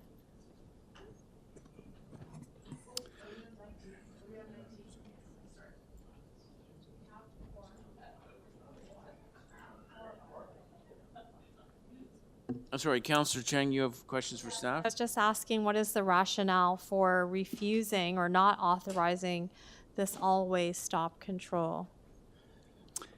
Thank you for the question, Councillor, and through the chair. Staff, at the request of the local councillor, did do a deep dive into this intersection, had a very close look. Instead of going the typical 3-year review, we did a 10-year review. In that 10 years, there's never been a collision of any kind at this intersection. No pedestrians, no vehicular, nothing, not a single collision. We've studied this location at least twice, once in 2016, another in 2023. Neither times did it meet the warrant. So one of the biggest reasons I'm concerned is installing unwarranted all-way stops generally results in a decrease in overall safety. We've got a location here that has 0 collision history. And yes, all-way stops are great at mitigating concerns about angled collisions, but they do introduce, in almost every case, they introduce rear-end collisions. So we've got an intersection that has no history of collision problems. Implementing an all-way stop here will very likely result in an increase in the collision rate at this intersection. I also have significant concerns about compliance at unwarranted all-way stops. We've seen where drivers, don't see a need to stop because there's no side street traffic or very limited side street traffic, that their compliance with that all-way stop is very poor, which again can decrease the safety of the intersection, particularly for vulnerable road users. Thank you very much. Thank you, Councillor Cheng. Any other questions for staff? No? Okay. Speakers? Yeah, I just have an alternative recommendation. I think we'd already got it. That's to authorize the stop sign. As a result of resident concerns. Okay, so Councillor Burnside has moved a motion to authorize the all-way compulsory stop. Because we had a conflict on this item, we're going to ask for a recorded vote. So, yeah, we're voting on your motion. So, all in favor?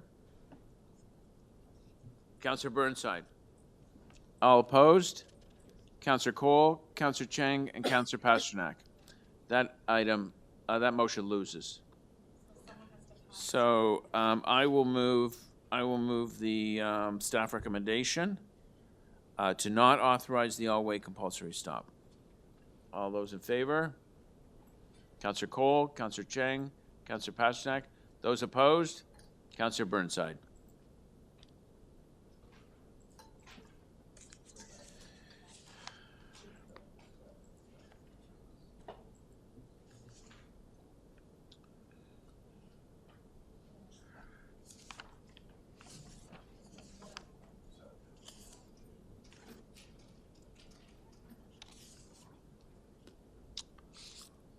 All right, we're on item 24, 237 Bedford Park Avenue, application to remove a city tree.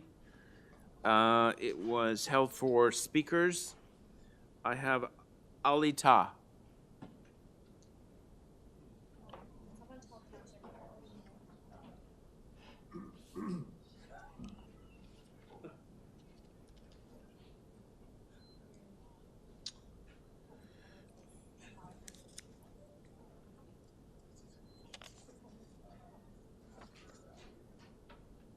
Ali Ta? Yes, thank you very much for your time. Okay, thank you for joining us. You have 5 minutes. Yes, we would like to request for a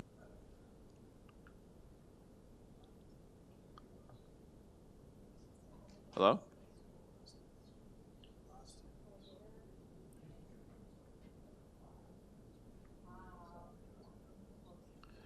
I believe you've muted yourself. Could you unmute, please?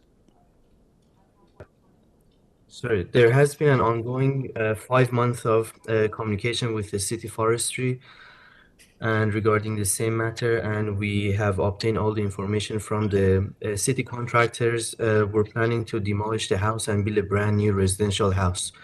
And there's an old city tree in the middle of the property, at the front of the property, that is going to be an issue when the city wants to disconnect and reconnect the sewer and the water lines. There has been an option of the tunneling has been recommended by the director of the forestry, but unfortunately, after all the investigations, there is a vertical part that is for the emergency shut-off valve, and the sewer part that is not going to be an option for the tunneling technique, which requires digging by the city contractor on the city property by the city tree of 8 to 9 feet. And I've already talked to 2-3 arborists. I have the report. They are not in favor of the survival of the tree, and it would provide a very hazardous and dangerous risk to my contractors and also to everybody living in the area that the tree may start falling out. And we would like to consider all the information. And one of the another things that we're not in favor was that the city forestry proposed a horizontal hoarding for this case, which defeats the whole purpose, because the trench method of digging by the excavator by the city contractor, it just defeats the whole purpose of the horizontal hoarding. And we're very upset about how the case has been handled by the city forestry, because the lack of all the information. And I was very clear from the beginning that we were hoping that they gather all the information, because the city now, the forestry is part of the city decision making how the construction will be done, and the lack of the proper information would have impacted our construction for almost 5 months. And I would like to I would really appreciate to give me the chance to present all this information, but in a 24 lot, a big city in the middle, and the fact that it's not even ours, the city contractor has to do the job to do the trench method of 9 feet beside the tree to install that vertical part of the hoarding, the vertical part of the sewer. It's not a possibility to save that tree, unfortunately. And we would like to consider all this information now presented to the council to appeal for the decision that the director of the forestry has been made. Thank you. Thank you very much. Questions for the deputant, Councillor Cheng? Hi, thank you for your deputation. I'm just wondering, what's the width of your lot? 24 feet. It's a 24-foot lot, okay. And what would be if you were allowed to remove this tree, what is the tree replacement plan that you would have in place? We can eventually move the tree, remove the stump, and put it further to the side of the land. Our neighbors has already did the same thing when they've constructed did a brand new construction. So they just removed the tree which was in the middle and eventually plant one tree on the side of the property on the front. Okay, thank you. I just have a quick question. I have a quick question. Is your driveway of the proposal for your application, is the driveway in the back? Yes, there's a lane in the back, yes. Okay, thank you. Thank you, Councillor Cheng and Councillor Burnside. Councillor Carroll? I had a question of staff. Oh, okay. So no more questions for the deputant? Okay, questions for staff, Councillor Carroll? Oh, okay, thank you. I just had a question of the Councillor Cole? I'm just wondering, did you ever contact my office? I'm not sure. All the communication was through the emails with the director of the forestry. Do you know who your local councillor is? Not sure. I've contacted the director of the forestry, Mr. Ostak, and his supervisor through the whole process.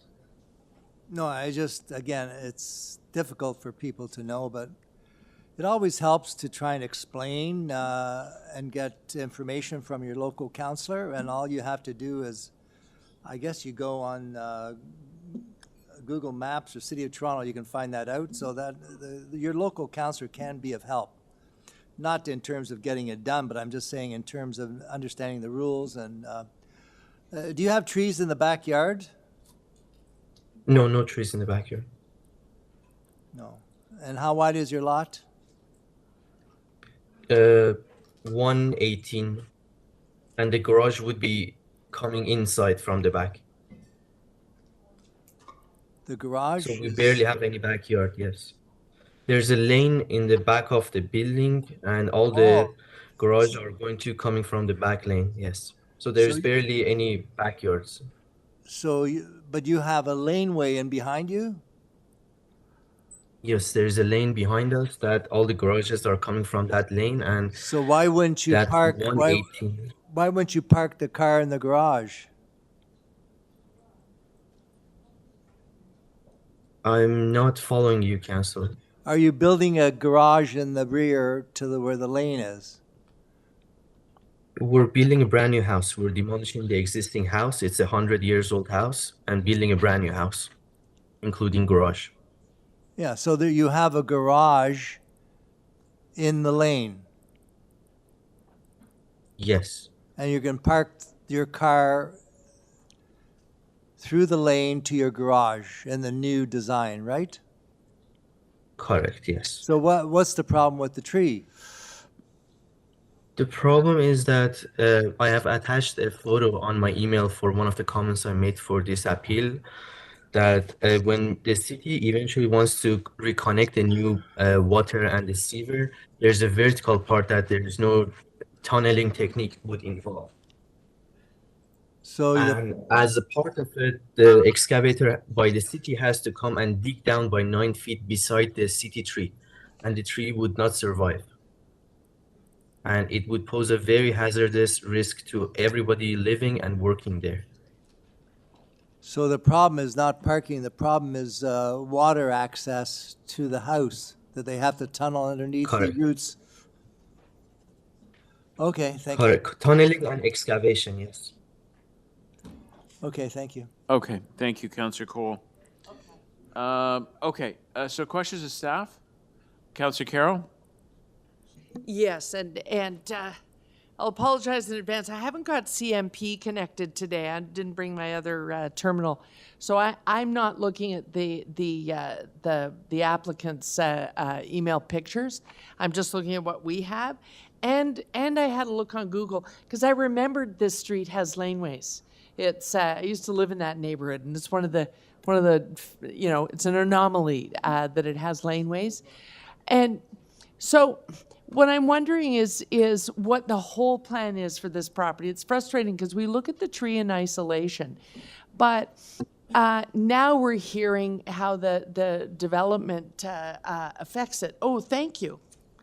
Oh, it's a drawing. What I need to know is any of this achievable without removing the tree, and how would a new house be built here?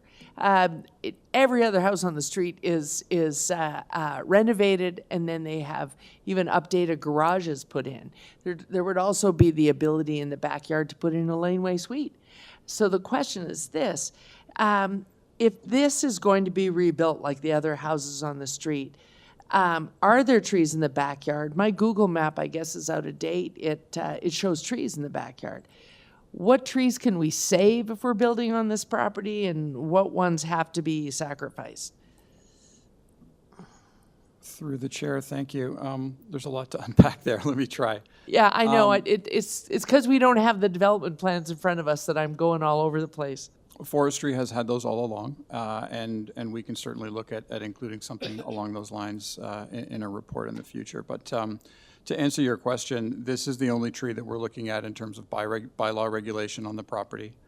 The applicant's reasons for removal, as we understand them, relate to safety concerning the tree itself, the servicing conflict that has been identified through the application submission, and general work practicality in terms of the difference between, regardless of where the garage and parking will occur, the construction project would be initiated or undertaken from the Bedford Park side. And so that would look very different if the tree has to be worked around versus if the tree can be removed ahead of the project.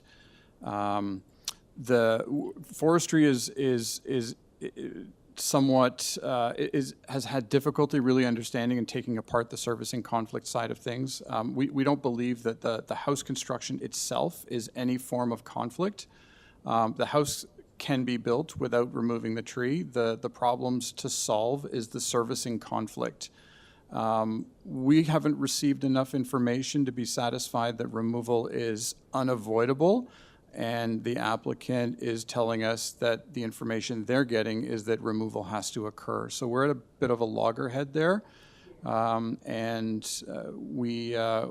we feel, based on our experience, that although it may come at higher cost and slow the project down, et cetera, that it is possible to preserve this tree and maybe move the servicing to the side, farther to the side of the property. We acknowledge there's a conflict with the utility pole. We don't think that it's an irreconcilable conflict. So we have brought this to Community Council because we aren't satisfied that the removal is necessary and unavoidable. Yes, the drawing submitted with the email, clerks were kind enough to give me a paper copy. Even this drawing looks like it's possible to preserve the tree. So you would need more information to get to a yes here. Right now, it looks like you could preserve the tree and still get your private line through. That's our belief, yes. Functionally, if we had enough information to be compelled that removal was absolutely unavoidable, we would have the option of bringing it to the ward councillor directly. Because we haven't reached that milestone in our review, the only answer that we've been able to give the applicant is a no. The applicant has chosen to appeal that, and that's brought it here. Okay, thank you. Thank you, Councillor Carroll. Any other questions for staff? Councillor Chang? So I'm just wondering about the potential alternative for routing the water servicing. What would the potential cost and increase be to reroute that? So if you're going to save the tree, I guess, would there be a calculation of potential cost and if it's a reasonable cost to require versus asking the applicant to plant a new tree? Through the chair, we don't undertake that kind of calculus in our review. Perhaps the applicant, if this were to circle back in some way, but perhaps the applicant could provide a breakdown of that information. But it's not something that we ask for nor consider. It's simply not something that would make its way into our calculations. Right. If we had that information, we may forward it to the councillor or to Community Council, but we wouldn't consider it ourselves. Okay, thank you very much. I'll speak. Thank you, Councillor Chang. Questions for staff? Councillor No, Cole? I just want to speak to it. Oh, speakers? Okay, Councillor Cole? Yeah, I just want to defer this to the next meeting of Community Council. In the meantime, I'd like to move that the applicant continue to provide forestry more updated and more complete information about the cost and and if he can justify that there's an absolute need to remove the tree. So to continue further discussions until we get back to the next meeting of Community Council with urban forestry. Okay, thank you, Councillor Cole. We're going to move a motion to defer to the next regularly scheduled meeting. All those in favor? Opposed? That is carried. Item number 25, 3900 Yonge Street. Application to remove 4 city trees. I do not have any deputations. There's no one listed. Norman. Norman, okay, welcome. Thank you for joining us. You have 5 minutes.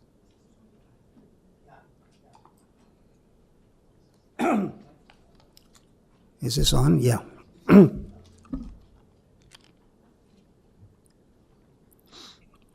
Good afternoon, councilors. My name is Norm Borden. I'm the president of York Mills Place, MTCC 620 at 3900 Yonge Street. Ron Miller, a fellow board member, is here with me today. We are here to ask permission to remove 4 trees to provide an accessible walkway and widen the truck lane at the service entrance on Yonge Street. York Mills Place is a 40-year-old 11-story condo designed in the 80s. The facilities and accesses fall far short of current needs. Have a look at photo 1. You can see that this was an artist's rendering of the building prior to construction. The Yonge Street entrance was planned to be an accessible pedestrian entrance, not a service driveway. Flip over to photo 2, and that's what we have. So what we have currently is a pedestrian entrance and a shared truck lane. This one-lane service driveway off Yonge Street is the only access to the building for trucks, service vehicles, and people on foot. The driveway is used 2 days a week for garbage and the collection of recycling. Dumpsters, deliveries of building material, and moving vans also use it. Trucks often back up on Yonge Street waiting for access to this driveway. See photos 3 and 4. When the lane is occupied, there is no room for an able-bodied person to get by, let alone someone who has accessibility needs. This is unsafe. This driveway is the only pedestrian entrance to the building for visitors on foot, and is the only possible location for an accessible entrance to the building for the disabled. We propose widening the service driveway by adding a 5-foot wide accessible pedestrian walkway with bollards to provide safe, accessible access for pedestrians, and an additional 12-foot wide truck lane. Please see photo 5. Now, photo 5 is interesting because you see a disaster unfolding there. Widening the driveway will also reduce traffic at the main entrance of the building. So when you look at photo 5, look at the upper right-hand corner and you see the service driveway in the upper right-hand corner. And this photo shows a truck parked in the driveway at the top right and another truck trying to unload at the front door.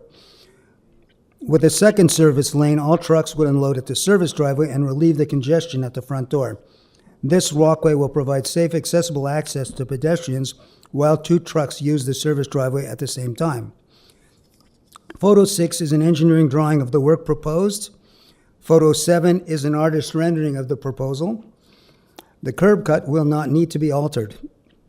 Photo 8 is of the main entrance. The driveway in yellow is a steep ramp and is inaccessible for pedestrians.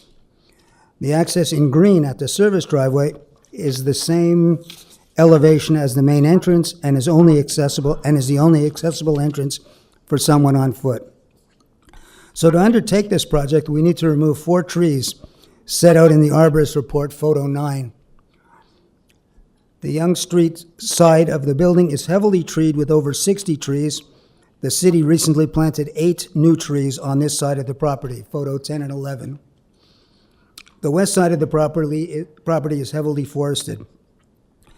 In preparing for this appeal, we discovered that the TRCA permit we had in 2020 had lapsed. Project delays and COVID got in the way. When we became aware of this, we reapplied for this permit. If this fact negatively impacts your decision, we will withdraw this appeal now and resubmit it when we have TRCA approval. Removal of the tree is critical to improve the functionality, safety, and accessibility of our building. This project will provide access to all pedestrians entering the building, as it's the only accessible entrance to York Mills Place. The current situation for pedestrians is very unsafe. We ask you, the councilors, to approve the removal of the 4 trees to allow safe access for pedestrians at all times. We also ask you to waive the requirement to replace the trees or pay a cash in lieu fee, as this is a safety, accessibility-focused improvement, in addition to the functionality benefits of the project. There's no material benefit to the corporation. I'll answer any questions you may have. Great. right, thank you very much. Any questions for the deputant? Councillor Carroll? So today you're arguing that we remove the trees, and we get that. I'm just wondering if it's clear to you that if we were to approve it, council is likely to say you'd be on the hook for the entire appraised value of the trees, which is slightly north of $9,000. Is the condo board aware of that? The condo board is aware of that. We would hope that you would defer those costs, but we're very much aware of it. That's why I asked, because council's not likely to want to defer those costs. It's up to council. Are you talking about this council or city council? It doesn't go past this. I'm talking about this council. I'm about to make a speech I see. along those lines. You're bracing them for motion. Okay. We feel the situation we have currently is not acceptable. Any other questions for the deputant? No? Speakers? Councillor Cole? Yeah, this is, I call it Michael Feldman Place, but That's right. I remember talking to one of Toronto's greatest home builders, Michael Feldman, about this problem. Sadly, he's passed a number of years ago. And then another, motion basically asking to approve the removal of these trees and to basically replace it with appropriate number of trees, adding up to over $9,000. And I'm doing this because it is a safety issue. You're on Yonge Street, just south of Wilson. It's extremely hazardous for pedestrians, any trucks, any cars coming off Yonge Street. And the design of this boulevard is quite antiquated in a way in terms of the reality of safety on Yonge Street and for the people living there. So I'm moving that we approve remove the trees, the replacement value as noted to just enhance safety and access and to also providing a pedestrian walkway into the site too, which is very, very important. So I'll move that motion for approval. All right, thank you, Councillor Cole. Councillor Carroll, I think you're speaking. Yeah, I'll just I'll own up to it. I asked the councillor if he was going to move this to be sure and put the appraised value of the trees. We really owe it to the rest of council in not taking too much advantage of the fact that the tree bylaw is now a delegated matter. It goes to this community council and nowhere else. And so we really do, especially when we're doing a removal, want to do so under the conditions of the bylaw. And when we move these motions and we're not clear about the appraised value that's included in staff's report, we put them in an awkward position because we move a motion that doesn't necessarily have what staff got as a professional assessment of the value of the trees. And then they end up in a long debate that's long after our political decision, and they're kind of stuck. They have no way to bring it back. And so I think we got to be very clear that when we do approve a request to permit, it has to be under those conditions that are being upheld in the other 3 community council districts. We have to be fair to the other areas. And so I want to thank him for putting in staff's appraised value.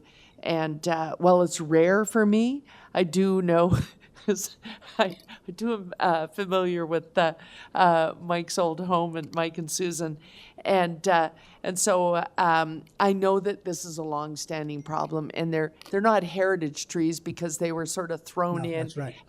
With the development of the building, and so we've got this problem that really comes out of not really thinking through the plan in the first place. So it's rare for me, but I'm willing to vote in favor of the councillor's motion here. Okay, thank you, Councillor Carroll. Any other speakers on the item? Okay, we can put the motion on the screen.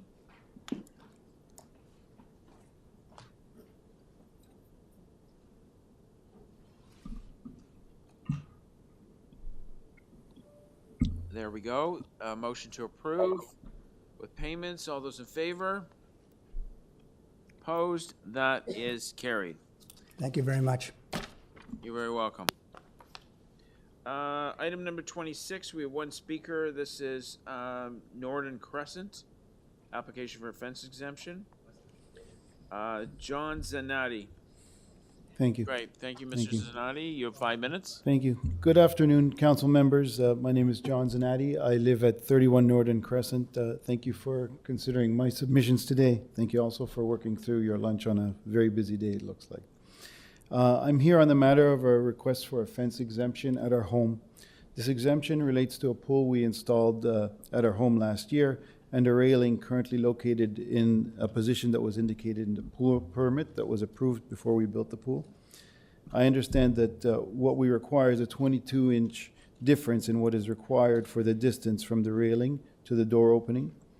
The reason we need the exemption is that we built a landing or a deck to make sure that we could put a locking gate from our back door in between the back door and the pool. And when you build that deck and have the railing, you have a railing that's too close to the opening of the door. The landing that we built had to be in compliance with the bylaw, which required that it be 1.2 meters from the pool's edge. And this also allowed for safe space between the landing and the pool's edge. If we were to move the railing out from the door opening, there would be no room to keep the 1.2 meter bylaw requirement from the pool as per the bylaw and what's needed for safety. And this railing is where it was indicated it would be on the pool permit that we had approved. At the last meeting, Councillor Carroll had asked for pictures, and I believe that Bylaw Officer Tate came by and she took pictures and submitted them for you guys. And I've also attached a copy of the pool permit, which shows where the railing is right now. So it's for that reason that we're asking for the fence exemption. Thank you. Thank you for your comments. Any questions for the deputant? Any questions for the Councillor Carroll? Yeah, the thing that's always stopped me in my tracks with this one is in MLS's pictures, what we have here is a gate that's held open. It's pried open, and it looks like it's sort of attached to the wall somehow. Has that gate been fixed so that it snaps shut when someone goes through it? Yes, there's a... Snaps shut and locks? Those are my favorite kind. This, it swings back and forth, and as soon as it swings, there's a bolt that sort of goes down and it locks. So I'm looking at a picture where it's been somehow fixed so that it will stay open. Has that been altered so that we no longer have to worry about that? I'm not sure when that picture was taken and why the door was open. I was there when the bylaw officer came by, and I think bylaw officer Tate took the pictures, but we generally keep it closed. We also have 2 kids that we also want to make sure that the gates are closed all the time. But why it was open when the picture was taken, I don't know. Well, the kind of gate I'm looking for is one that would not, if you stood back, stay open on its own. It shouldn't. Snap shut. It shouldn't. It should snap shut, and I can make sure of that. Okay. And how close is the pool? We don't have a picture of your pool. How close is the pool to the house? I understood that... your local councillor does. But the steps go the opposite way. Yeah. They don't go Yeah. Okay. Okay. All right, thank you. Thank you, Councillor Carroll. Any other questions for the deputant? No? Questions for staff? No questions for staff?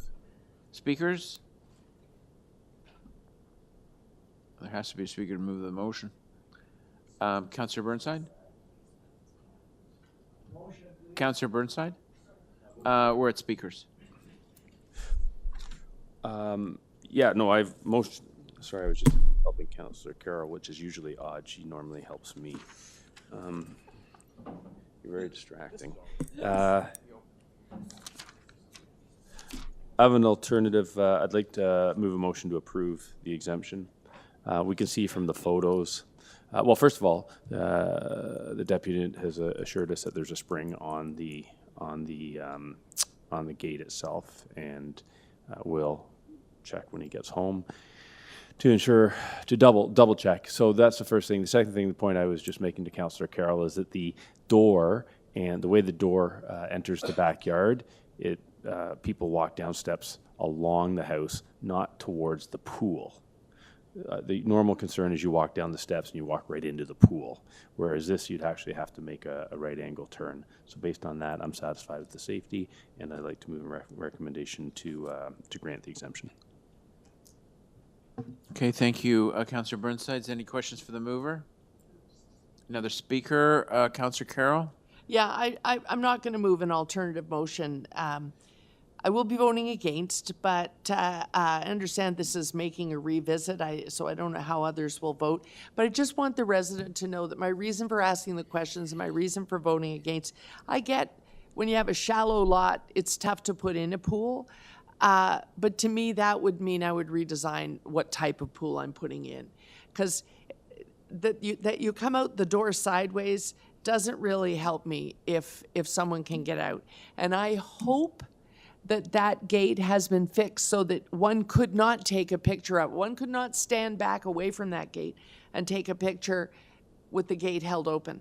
That's a serious, dangerous design flaw in my view. I am a stickler about this because I lost a 4-year-old relative to a covered pool, not an uncovered pool. It was a covered pool. Thank goodness for the new. I noticed in the picture you have the tighter pool cover, but I would just ask you to please make sure of that. We have to approve these things based on not just you as the owner of this house, but anyone who might own this house could have small children, small grandchildren, and that gate has got to snap shut and latch.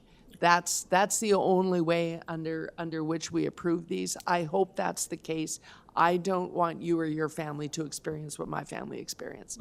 I'm sorry to hear what happened, and I understand your concerns. We have a 5-year-old and 10-year-old, and we're pretty serious about it. Thank you. Okay, thank you, Councillor Carroll. We have the motion. Okay. Councillor Chang is submitting a motion, on this item. So let's hold the item down and go to 27. We have 2 speakers for item 27. Sylvia Maldazzi. Sorry, Maldazzi. Hello, everyone. My name is Sylvia Maldazzi, and I'm here with my husband, John, and our son, Andrew. John and I live at 173 Homewood Avenue and have done so for nearly 60 years. We bought this property because of its large trees in 1967. Director of Urban Forestry, Parks, Forestry and Recreation recommends that our application to remove a privately owned black walnut tree at our home, 173 Homewood Avenue, be denied.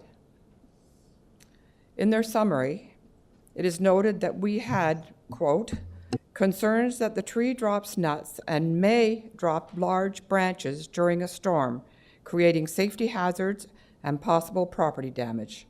Well, those things have both happened already. We did complain about large clumps of nuts dropping on our heads and shoulders, but that wasn't our main concern. I have a hard hat at the back door to wear when the nuts are falling. We don't sit outside for a couple of months when we have clumps of nuts landing on us. A more serious problem over the last year has been of large limbs breaking off the tree and landing in our yard and our neighbor's yard at 171 Homewood Avenue. In completely calm weather, no wind. The limbs grow long and bare with leaves and clumps of nuts at the very end. It's called a lion's tail. The end of the branch becomes extremely heavy. Our neighbors will speak to the frightening incidents that they've had over the past year. They also have photos. Lest you think we do not love trees, we planted this tree in June of 1979. We'd spent the day with our son's local Boy Scouts troop, planting at least 500 trees in the Don Valley near the Bloor Street Viaduct. And there's a photo you can see. They are now mature trees. There were some trees left over and we bought one home to plant. We already had large trees on our property and one more was just a bonus. We had no idea what type of tree it was or that would grow so large and have the issues it now has. This little tree was planted in entirely the wrong spot. It is too close to our neighbor's fence and is not in an appropriate location on our lot. We have noted that this tree is in our as-of-right building setbacks. We plan to age in place in this home, and this will take some major alterations for one-floor living with an accessible washroom. We are 80 and 83 years old. My husband is handicapped and is finding it more difficult of late to climb the stairs to the second floor. Also, our arborist has noted that pruning this tree, which we have done regularly over the years, to prevent limbs from overhanging the existing building and possibly damaging the existing building, would necessitate a 5% over allowable pruning of the tree, and that we would have to apply for a permit to injure the tree just to prune it. They note the canopy reduction will be more than 20%, which will result as an injury to the tree. Please see the attached arborist letter and the pruning plan.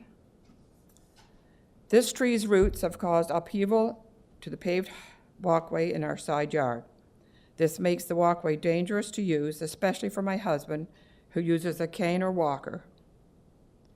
And finally, our home insurance has confirmed that it will protect us in case of an incident regarding this properly maintained tree. However, the city, by not letting us remove this tree, is making the city assume liability if there were an incident that caused bodily injury to a person and or property damage to either of our properties, either our property or neighboring property. Thank you for allowing me to take the time to plead our need to sadly have this black walnut tree removed. I got a question. Thank you for your comments. Questions for the deputants? Yeah, just a very quick question. Councillor Burnside? Thank you. Through you. So you mentioned about injuries. What injuries are you concerned about? Potential injuries from the tree? I'm sorry? You mentioned potential injury, I believe, from injuries, sustaining injuries from the tree.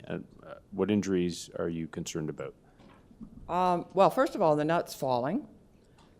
They come down in large clumps, all right? And like I say, I wear a hard hat when I go out in the backyard when there's nuts. Secondly, large limbs have come down in our yard. And the next person to speak, he's had to go home. But his wife was outside, and I think you've got his deposition, with their grandchild. And a huge limb came down in completely calm weather, no wind. And it's because of these, it grows these very long limbs, and at the end there's a huge clump of leaves and nuts. And it actually injured the grandchild. I assume it wasn't a bad injury because they didn't go to a doctor. Okay. But it's happened like 2 or 3 times in the last year. And that's something new that we haven't experienced before. Have you? Thank you. That's helpful. Have you thought of getting it trimmed? And you may have. We have it trimmed regularly. As a matter of fact, we had it trimmed last year. We have large trees on our property, and every 5 years we have them all trimmed. Okay. Thank you. Thank you, Councillor Burnside. Councillor Chang? So if the request to remove this tree were approved, what is the tree replacement plan? I'm sorry? What would be the tree replacement plan? The city requires that any tree that's removed, that there's... We did plant as many as you'd like. We love trees. Okay. Thank you. Thank you. I have 1 or 2 questions. So I'm looking at this photograph, I guess on page 5, and it does look like you've removed large branches in the past. I guess that's part of your tree trimming program. So your main argument here is that there's a risk that members of your household or guests could be hit with a falling branch. Is not your tree trimming program or removal of dangerous branches sufficient to keep the tree? No, over the last year, it hasn't been sufficient. The leaves, for whatever reason, as I said, we get this lion's tail, and at the very end of it is a huge clump of leaves and nuts. And I don't know, without much wind, it comes down. It breaks off. Actually, it tore off the trunk of the tree, one limb. And that was the one that caused some damage in my neighbor's yard. So staff are saying the tree is healthy. Do you not agree with that? I would say it's healthy. So normally applicants get an arborist report that challenges staff recommendations. I noticed you didn't do that. Yes, we did. There's an arborist report on the file.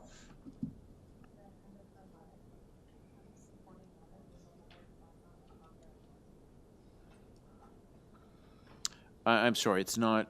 Yeah, I'm sorry, it's not on what I see before me. But okay. All right. So fair enough. There is one. It doesn't appear where I'm looking. Pardon me? Okay, that's fine for me. We're appealing the forestry's recommendation. No, I understand why you're here. I did not see, I'm online and I don't see the arborist report, but it's been provided to me now.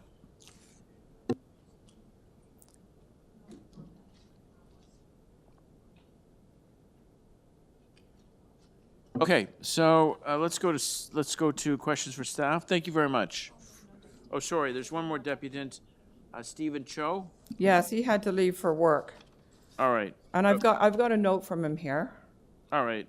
No, that's fine. Thank you very much. What is he, a neighbor or? He's the neighbor whose garden the limbs are falling into. Oh, I see. So he supports your position. Yes, he does. Okay, fair enough. Thank you very much for that. Thank you for your deputation. We're going to bring it into committee now. Questions for staff? No question. Oh, Councillor Carroll. Yeah, just a quick one. I'm wondering if staff want to speak to the issue of black walnut trees, because we often get black walnut tree requests. Okay. In terms of the nuts falling, is it a seasonal thing? Is there a particular time one should expect that to happen, or is it all summer long? Through the chair, yeah, black walnuts do come up quite often. I can tell you a few things that we know about walnuts that might be helpful here. Walnut trees produce heavier crops in alternate years. So you get a year of heavy nut production and then a year of less heavy nut production. The fruit production is toward the end of summer and into fall.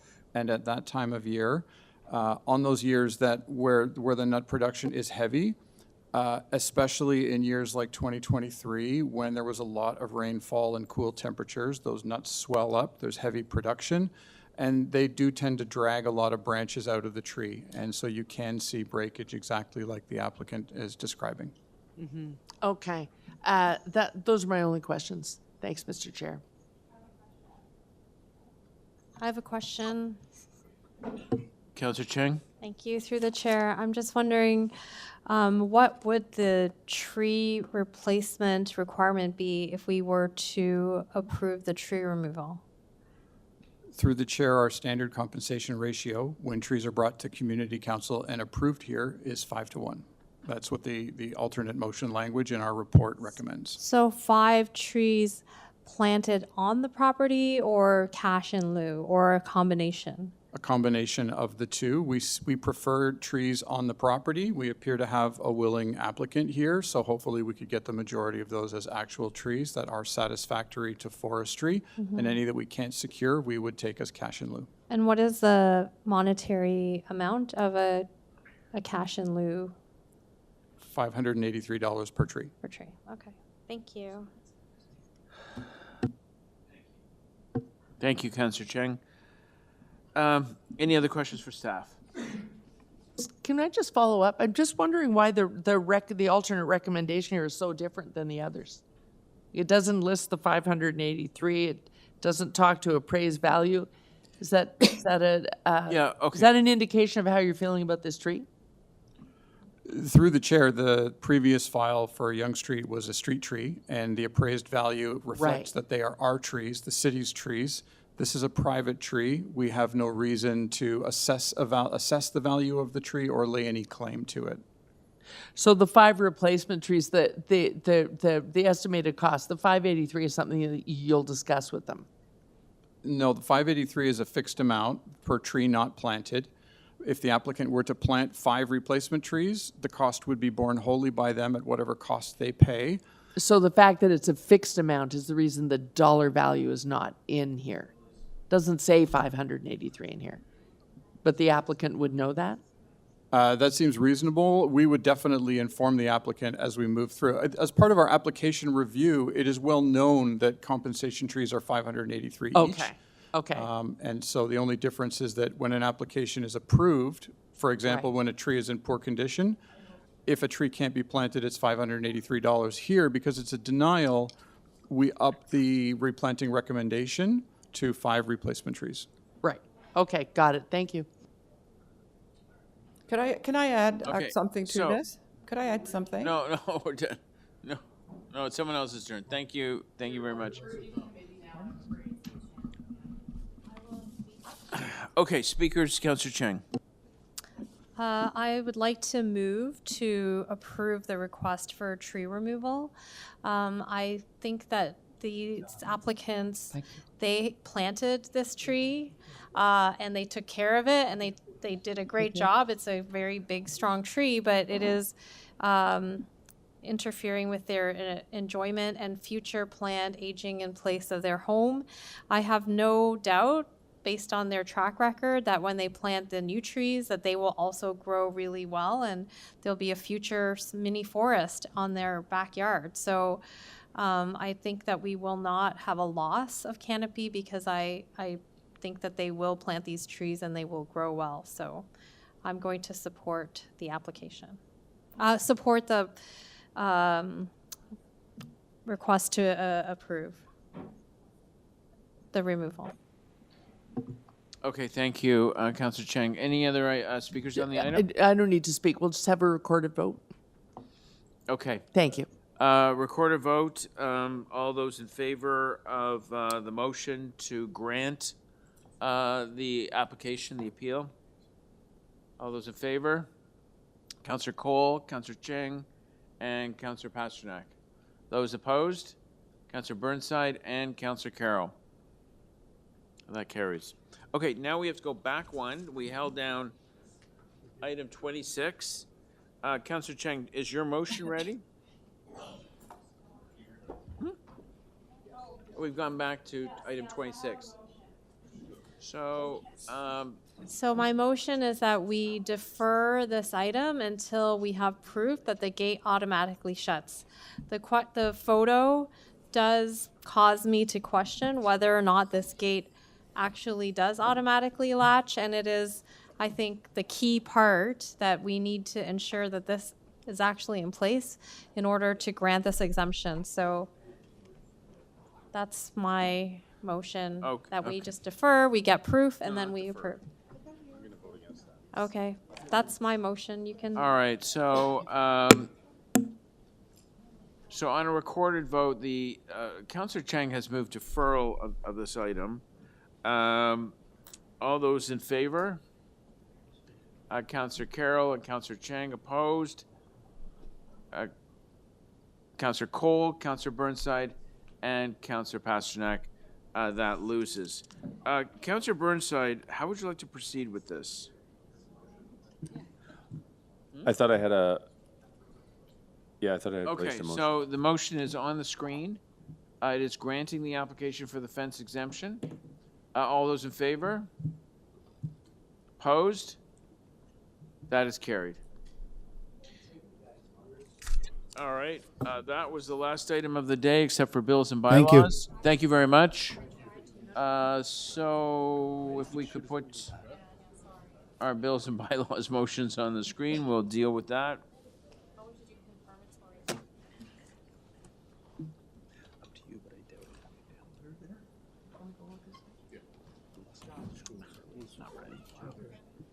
We're waiting. I'll know later today. You can't get through there. I'm the contractor. If he's not coming until later, I'll definitely come down. Councillor Burnside, would you introduce and pass? Yep, hold on. The bill's 287 to 293, prepared for the April 2nd, 2024 meeting 12 of the North York Community Council, be declared as bylaws and passed subject to section 226.9 of the City of Toronto Act 2006. All those in favor? Opposed? That is carried. One more. The confirmatory bills to confirm the legislative proceedings of the North York Community Council acting under delegated authority at meeting 12 on April 2nd, 2024 be declared as bylaws and passed subject to section 226.9 of the City of Toronto Act 2006. All those in favor? Opposed? That is carried. Thank you very much, councillors. Thank you very much, clerk staff. Thank you, city staff, and thank you, members of the public. Enjoy the rest of the day. Thanks, Harley.